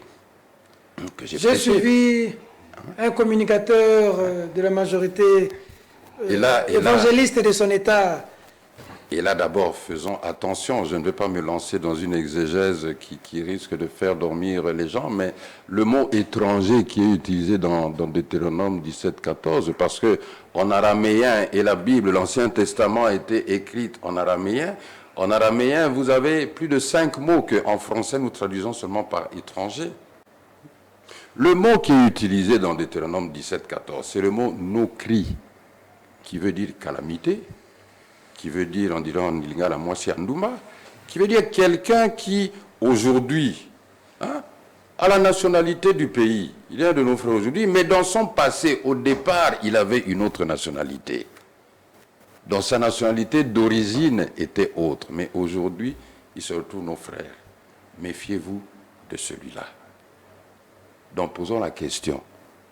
Quelle était la première nationalité de ces gens, que ce soit de Mukwege ou de Moïse Katumbi? C'était laquelle, si on veut passer dans la version biblique? Mais encore une fois, lorsque vous faites appel à la Bible, j'aime bien une chanson que le révérend Coutinho chantait beaucoup, Tangagno soti kamo côté, Tangagno soti. Dans le même Deutéronome,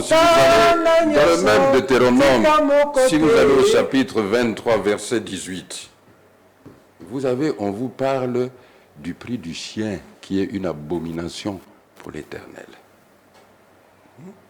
Si vous poursuivez, allez voir la liste des animaux qui sont en abomination à l'Éternel. Vous y trouvez le chien. Dans les chiens. Alors, qu'allons-nous faire? On applique un verset, pas l'autre. Donc, laissons le débat qui est politique, gardons ça dans la politique. Je crois que cette loi... Le pasteur Moudal utilisait toujours aussi ça, la Bible, pour nous montrer qu'Abel était l'homme de... Tel que moi, j'avais utilisé Deutéronome 17, 14 en 2005, avant les élections, pour parler de la qualité des candidats. Okay. Et c'était une émission en direct. Un téléspectateur m'avait demandé si je n'avais pas peur qu'on m'arrête, parce qu'il pensait que je visais Joseph Kabila. Mais la vérité, c'est quoi? Joseph Kabila, qu'il soit rwandais, il a été président de ce pays 18 ans.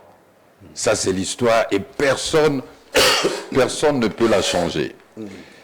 Mais je crois plutôt que si le fait d'être étranger a fait que, Joseph Kabila a abîmé ce pays, il nous appartient à nous qui nous considérons les purs Congolais, quoique je ne sais pas ce que c'est un Congolais pur, de faire mieux. Mais est-ce qu'aujourd'hui, nous faisons mieux? Non. Alors, enlevons-nous de la tête le fait d'être Congolais ou d'aimer ce pays, ça tient soit à l'origine de tes parents, de tes grands-parents. Si il parle de sang, il faut maquiller à la pure, 100%. Il faut maquiller à la pure. Oui, maquiller est à la pure. Ce qui maquille ndambo côté ils ont festé. Est à la pure 100%, mais encore faut-il que tu évites de semer dans le cœur des gens des sentiments d'amertume, pouvant pousser des rejetons qui peuvent infecter tout le monde. Et ça aussi, c'est dans la Bible, dans le livre des Hébreux. Or, à l'heure actuelle, vous le disiez tout à l'heure, Peter, nous sommes un pays, on nous dit nous sommes agressés par le Rwanda. Nous avons des dizaines, des centaines de milliers de nos frères, de nos sœurs, de nos mamans, qui sont déplacés, obligés de fuir leur village, de devenir des déplacés dans leur propre pays. Et nous vivons avec ça. Et nous ne réagissons pas à cela comme nous le devrions. Comment? D'abord en créant cette cohésion nationale face à ce problème. Et vous savez, bon, des fois, Dieu nous précède. Parce que nous regardons l'Est. Qu'est-ce qui se passe ici à l'Ouest? À Kinshasa déjà, à 70, 100 km de Kinshasa. Au lieu de construire, de bâtir cette cohésion nationale et de se dire, bon, de père et de mère, on peut voir ça après. Bon. Total ananu makambo tozanango lelo. Non, on vient encore déstabiliser toute cette cohésion nationale, toute cette unité nationale qui n'existe plus. Or, n'oublions pas que même le chef de l'État, il est quoi? Il est le symbole de l'unité nationale. Si cette unité nationale n'existe plus comme aujourd'hui, vous allez symboliser quoi? Très bien. Déjà, nous avons eu la légitimité de cette fonction a déjà été mise à mal en décembre 2010 par la révision de la Constitution, passant de 2 tours à 1 tour. Exceptionnellement, Martin Fayoulou a pu avoir, selon les documents CENI, les 62% en 2018, parce qu'il y avait non seulement une forte coalition, mais la population était résolument anti-kabiliste. Mais nous risquons d'avoir des présidents élus avec moins de 50%. Terrible, hein? Donc je vais chuter là. Donc pour moi, elle est inopportune, inappropriée pour le moment, surtout dans sa configuration. Je recommande seulement aux gens de lire le rapport du bureau de l'Assemblée, de la Commission de l'Assemblée nationale. Qui avait rejeté ça. En 2021.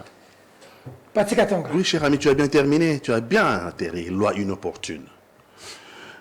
Cette loi pose un problème des sociétés. Cette loi. Aujourd'hui, hein? Oui, aujourd'hui. On peut revenir. Pose un problème des sociétés. Et donc, c'est une loi qui ne peut être une loi politique. Or, aujourd'hui, on veut nous créer une loi politique. Parce que le contexte d'aujourd'hui, les contextes historiques, les contextes sociopolitiques ne s'y prêtent pas. On ne peut pas comprendre que dans une année électorale, où on a déjà promulgué la loi électorale, on veut créer une loi d'exclusion. Comment on va faire? Je suis en train de me poser la question, est-ce que nous sommes conscients que le monde entier nous regarde? Pourquoi nous voulons être la risée du monde, être ridicule? On va faire quoi? On va rappeler la loi électorale. On va rappeler la loi électorale, par hypothèse. On va faire quoi? On rappelle la loi électorale, on dit, on exclut ceux-là qui ne sont... En plus, on leur donne des anathèmes que moi, je récuse. Ils ne sont pas des Dakar. Ce sont nos compatriotes. J'ai été sidéré, estomaqué. Et jusqu'à aujourd'hui, je le suis toujours. Parce que je pense que dans ce pays, il y a quand même des gens qui sont intelligents. Il y a quand même des gens qui restent intègres. Y compris mon ami d'en face. Mais nous sommes tous restés silencieux. Le jour où un groupe est sorti, en criant Moïse Katumbi, Sakamwabi, le racisme le plus abject en public. Sakamwabi, ça veut dire quoi? Albinos. Okay. On a vu José Ndundu, albinos. En public, Ndundu. Et Albert Moleka, nous sommes tous tus. Notre silence est coupable. Nous avons laissé le racisme le plus abject s'exprimer dans la rue. Et par peur, nous nous sommes tus. Moïse Katumbi, Sakamwabi, Ndundu, Intel, Papa Ndundu. Ada Bombole. Kengo Adondo. Les racismes les plus abjects. Publiquement, hein? Les racismes les plus abjects en public. Et nous n'avons rien dit. Ça, je me le reprocherai toujours. Parce qu'il y a encore des républicains dans ce pays. Il y en a. Il y a encore des démocrates dans ce pays. Il y en a. Il y a encore quelques-uns qui sont encore intelligents dans ce pays. On pouvait sortir dans la rue pour dire pas ça. Parce que ici, on fait la politique au Congo sans connaître l'histoire. On ne peut pas faire la politique si on ne connaît pas l'histoire. J'ai vu quelqu'un, spécialiste, toute catégorie de la transhumance politique au Congo. champion toute catégorie de la transhumance politique au Congo, allait sur une télévision de la place, déclarer que Moïse Katumbi est allé accuser les Congolais là où on a tué les Juifs. Le propre de l'intellectuel, c'est de savoir s'arrêter là où on ne connaît pas. Parce qu'il n'est pas obligé, un intellectuel, de tout connaître. Hein. Mais la politique, pour la faire, il faut connaître l'histoire. Moïse Katumbi n'est pas allé là où on a tué les Juifs. À Auschwitz, c'est la négation de l'humanité. Auschwitz, en Pologne, c'est en 1941 qu'on a décidé d'éliminer une race humaine par le régime nazi. Et je pense que c'était en 2021, 80 ans d'Auschwitz, on a invité Moïse Katumbi comme invité. Moïse Katumbi, ce qu'on ne sait pas, c'est qu'il n'est pas juif, Moïse Katumbi. Juif, ce n'est pas une race. Juif, ce n'est pas une ethnie, ce n'est pas une tribu. Juif, c'est une religion comme la religion catholique, comme la religion musulmane. Moïse Katumbi est catholique. Il n'est pas juif, Moïse Katumbi. La filiation juive, d'ailleurs, c'est par la maman. Son père fut juif, Moïse Katumbi, catholique de confession. Et donc, il a été invité à la prière de mort à Auschwitz, 80e année. Auschwitz, c'est là où on a créé des chambres à gaz. C'est là où on a créé les usines d'élimination industrielle. Ça, c'est Hitler. Hein? Hitler. C'est la négation. Avec la race pure, toujours. Auschwitz, c'est pas là où on a tué les juifs, messieurs les transhumants. Champion toute catégorie de la transhumance en République démocratique du Congo. Auschwitz, c'est la négation de l'humanité. Je l'ai dit très bien. Auschwitz, c'est la négation de l'humanité. C'est pour la première fois l'homme a créé des usines à élimination industrielle. Donc, des chambres à gaz. Des chambres à gaz. Donc, si vous ne connaissez pas, vous n'êtes pas obligé de tout connaître. Soyez prudent et ne pas avancer sur un terrain que vous ne maîtrisez pas. Et donc, Moïse Katumbi a été comme un invité. Et il n'a accusé personne. Et moi, je fais des démarches pour être invité à la prière de mort. Et ce n'est pas facile d'être invité. Lui, il a été invité. Il est catholique de profession. C'est son père qui était juif et qui a connu une catastrophe, son père d'ailleurs.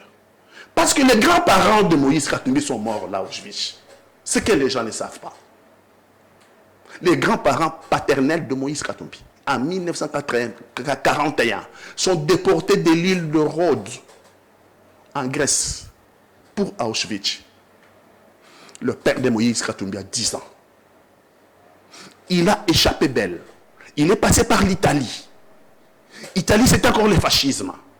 Il est descendu en Afrique du Nord. En Afrique du Nord, à l'époque, c'est le colonel Rommel, l'Allemand, a déjà pris l'Afrique du Nord. Donc, il pouvait être capturé aussi en Afrique du Nord et envoyé dans les chambres à gaz. C'est comme ça qu'il va descendre tous les continents jusqu'à se retrouver à Kachobwe, à Léokatanga. Donc, quelqu'un qui a connu un papa rescapé, dont les grands-parents sont morts à Auschwitz. On ne parlait pas à quelqu'un comme ça des juifs là où on a tué les juifs. Et donc, lorsqu'on vient dans la rue, on l'appelle Sakamwabi. C'est inacceptable. Imaginez Moïse Katumbi, qui peut aussi instrumentaliser les jeunes au Katanga pour aller crier sur la place publique à Lubumbashi. Félix Tshilombo, c'est un macaque. Et Mbosoko Diakwala, c'est un orang-outan. Au Sénat, Bahati Lukwebo, c'est un gorille. Ça va nous choquer, tout le monde. Ça va nous choquer parce que le président de la République n'est pas un macaque.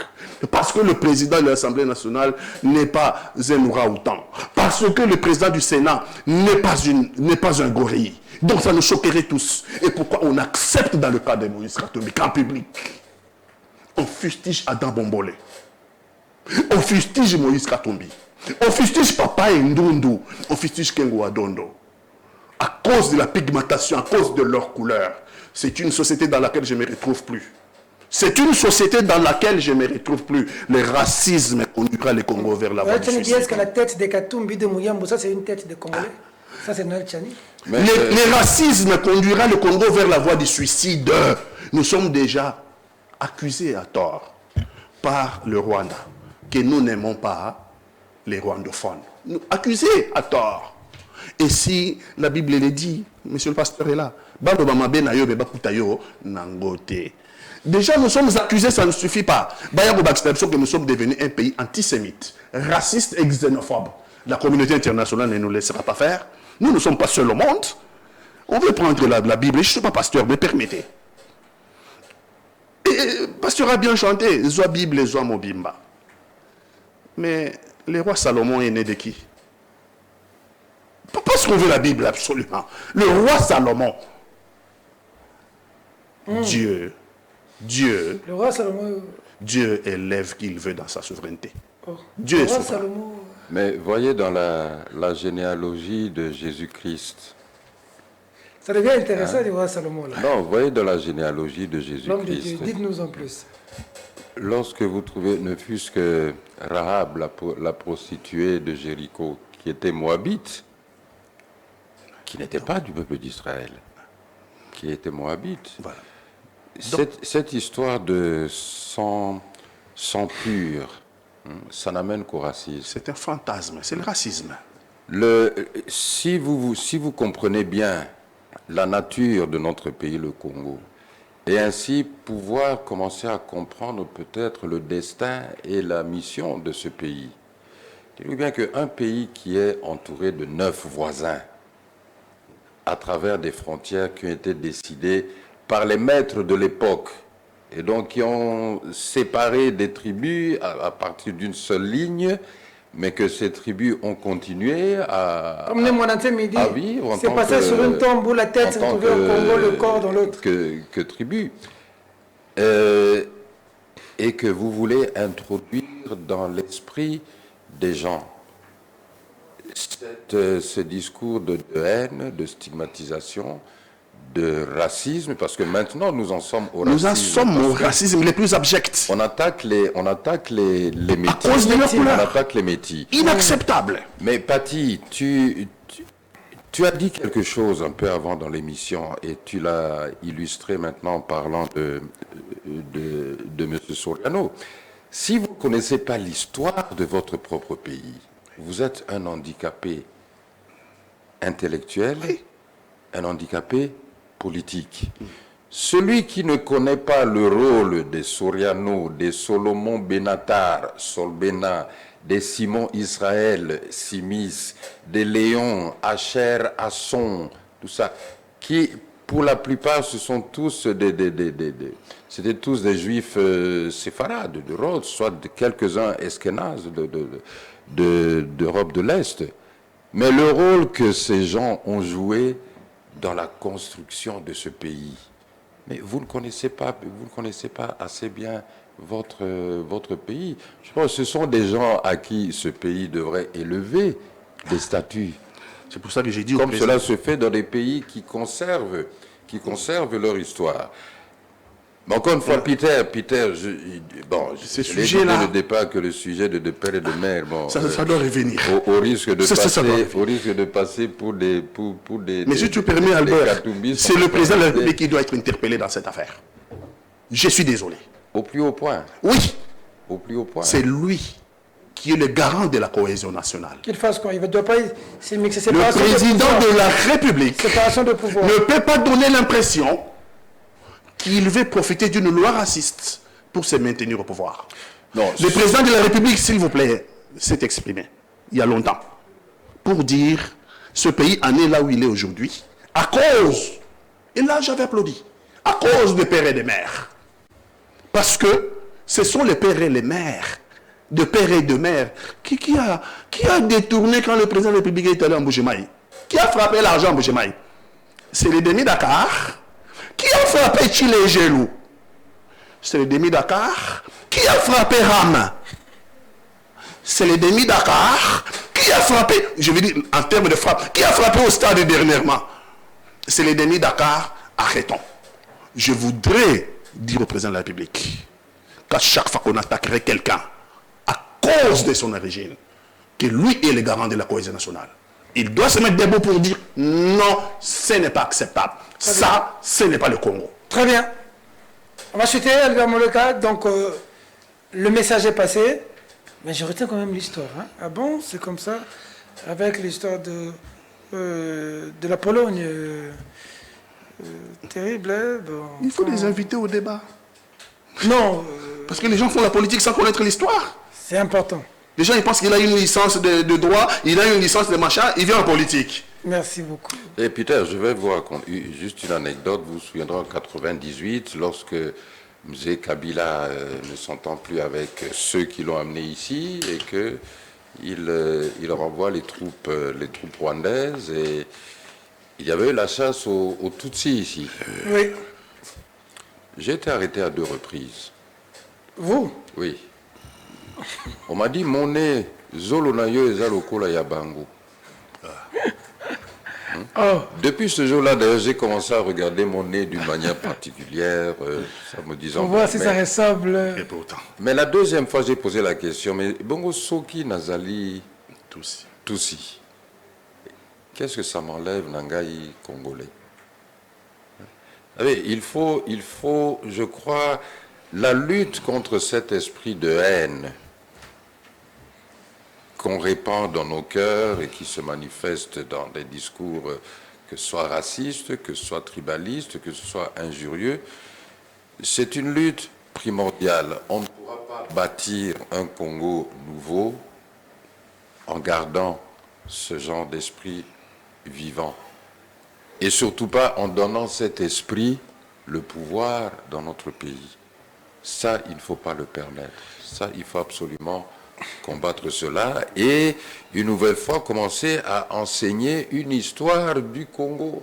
Bon, les gens se sont rendus compte que du côté juridique et du côté de l'histoire, la loi de Tchani ne marche plus. Ils ont amené ça maintenant de la Bible. Oui, parce qu'ils savent que c'est anticonstitutionnel et ça ne passera jamais parce que c'est amène ça venant de la si Bible. la commission avait rétoqué, si la commission avait rétoqué cette loi, le bureau d'études, en 2021, je crois, c'est parce que l'article 220, article intangible de la Constitution congolaise, Oui. On ne peut pas réduire les droits. des citoyens. voilà. Et donc, dans la Constitution congolaise, ça ne passera pas. C'est pour ça qu'ils sont en train de réfléchir. Nous sommes au courant. Ils sont en train de chercher à mettre en place une autre constitution qui consacrerait le racisme comme les ciments de notre société. C'est pour ça que j'ai dit, Moïse Katumbi ne doit pas se décourager. C'est pour ça Il est le seul candidat, je n'ai jamais vu ça, depuis qu'on a repris avec la démocratie.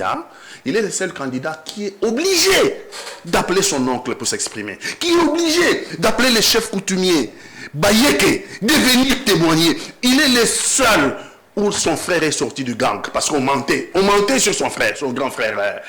Il aurait dit Katebe Katoto. Il aurait dit Katebe Katoto, le grand frère de Moïse, est sorti de son silence pour recadrer les choses. Il y a des gens qui ne l'ont même jamais rencontré, qui sont des menteurs. Nous avons des imposteurs dans cette affaire, beaucoup d'imposteurs.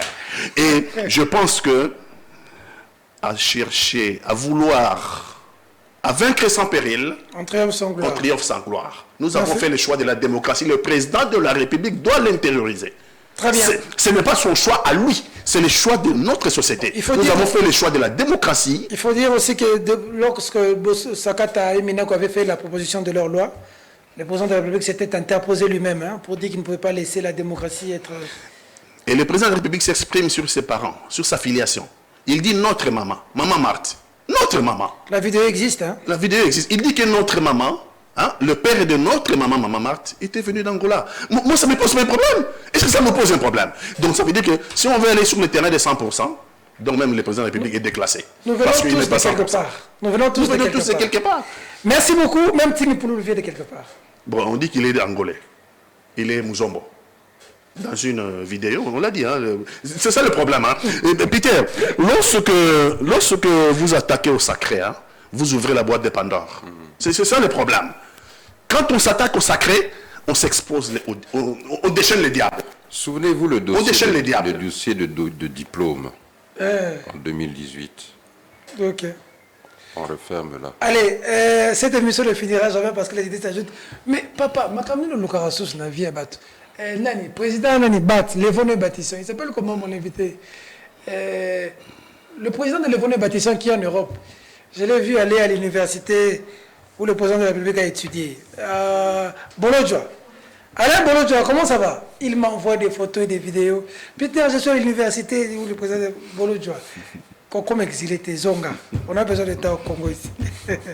Allez, merci d'être venu. Le professeur Kalele a un empêchement, comme d'ailleurs le DIRCAB qui sont avec nous le vendredi de la semaine prochaine. Je vais même dire que le professeur Jojo Sekimonyo sera avec nous aussi la semaine prochaine. 2 personnes veulent s'ajouter dans le club. On va voir. J'avais dit l'autre fois, si on ne peut pas créer un autre club, où on verra la disponibilité. Il n'y a pas de souci. Allez, pour son édifice, le Congo a besoin de la participation de nous tous. Moi, je crois que nous terminons cette émission avec quelque chose d'important qui a été dit ici. Éviter la stigmatisation. Prêchons l'unité des Congolais. Nous sommes tous des Congolais. Le vrai débat, c'est la vie du Congolais, les changements de la vie du Congolais, le quotidien du Congolais. Congolais, lia, alata, atinda banane na kelasi, atinda banane na hôpital, atambola na mamu tokotoza transport kimia, mboka na yezo na maboko na ye. Bunaga na ezonga kokanga Museveni munoko. Ruchuru ezonga soki wapi kokanga Kagame munoko. Susia Congolais ya mwana. Biba mboko na ezo kindaka na baramu na banini amona clair. Amona clair. Nazoka dossier moko eza kuna na aéroport Lubumbashi ko encercler aéroport. Bamsuso 2 millions 500 000 bamsuso 7 millions. Dossier on ezanga nini. Nazoka dossier muso eza na Congo central 6 millions. Gouverneur bazomona clair ta babi dossier moko 6 millions. Ah la frappe. Tiani. Bon, on va y revenir la semaine prochaine. On n'est pas exonéré ou exempté parce qu'on est de père et de mère, qu'on a le droit de tuer des Congolais ou d'appauvrir des Congolais et prétendre être de père et de mère pour bénéficier d'un mandat. Non. Il faut changer la vie des Congolais. Il faut prêcher les vivre ensemble. Nous sommes tous des Congolais, nous sommes un. Et nous changerons le Congo ensemble. Avec Félix Tshisekedi, Albert Moleka, Pati Katanga, Moïse Katumbi, Vital Kamere, Jean-Pierre Bemba et consorts. Et Dr Mukwege. Et Dr Mukwege. Le très crédible et célébrissime Dr Mukwege, l'avenir de ce pays. Allez, merci. Je disais tantôt que pour son édifice, le Congo a besoin de la participation de nous tous. Mesdames, Mesdemoiselles et Messieurs, cette émission est terminée. Au revoir. On se salue. Aujourd'hui, il n'y a pas eu de clash, comme les précédentes émissions. 2 heures, oui.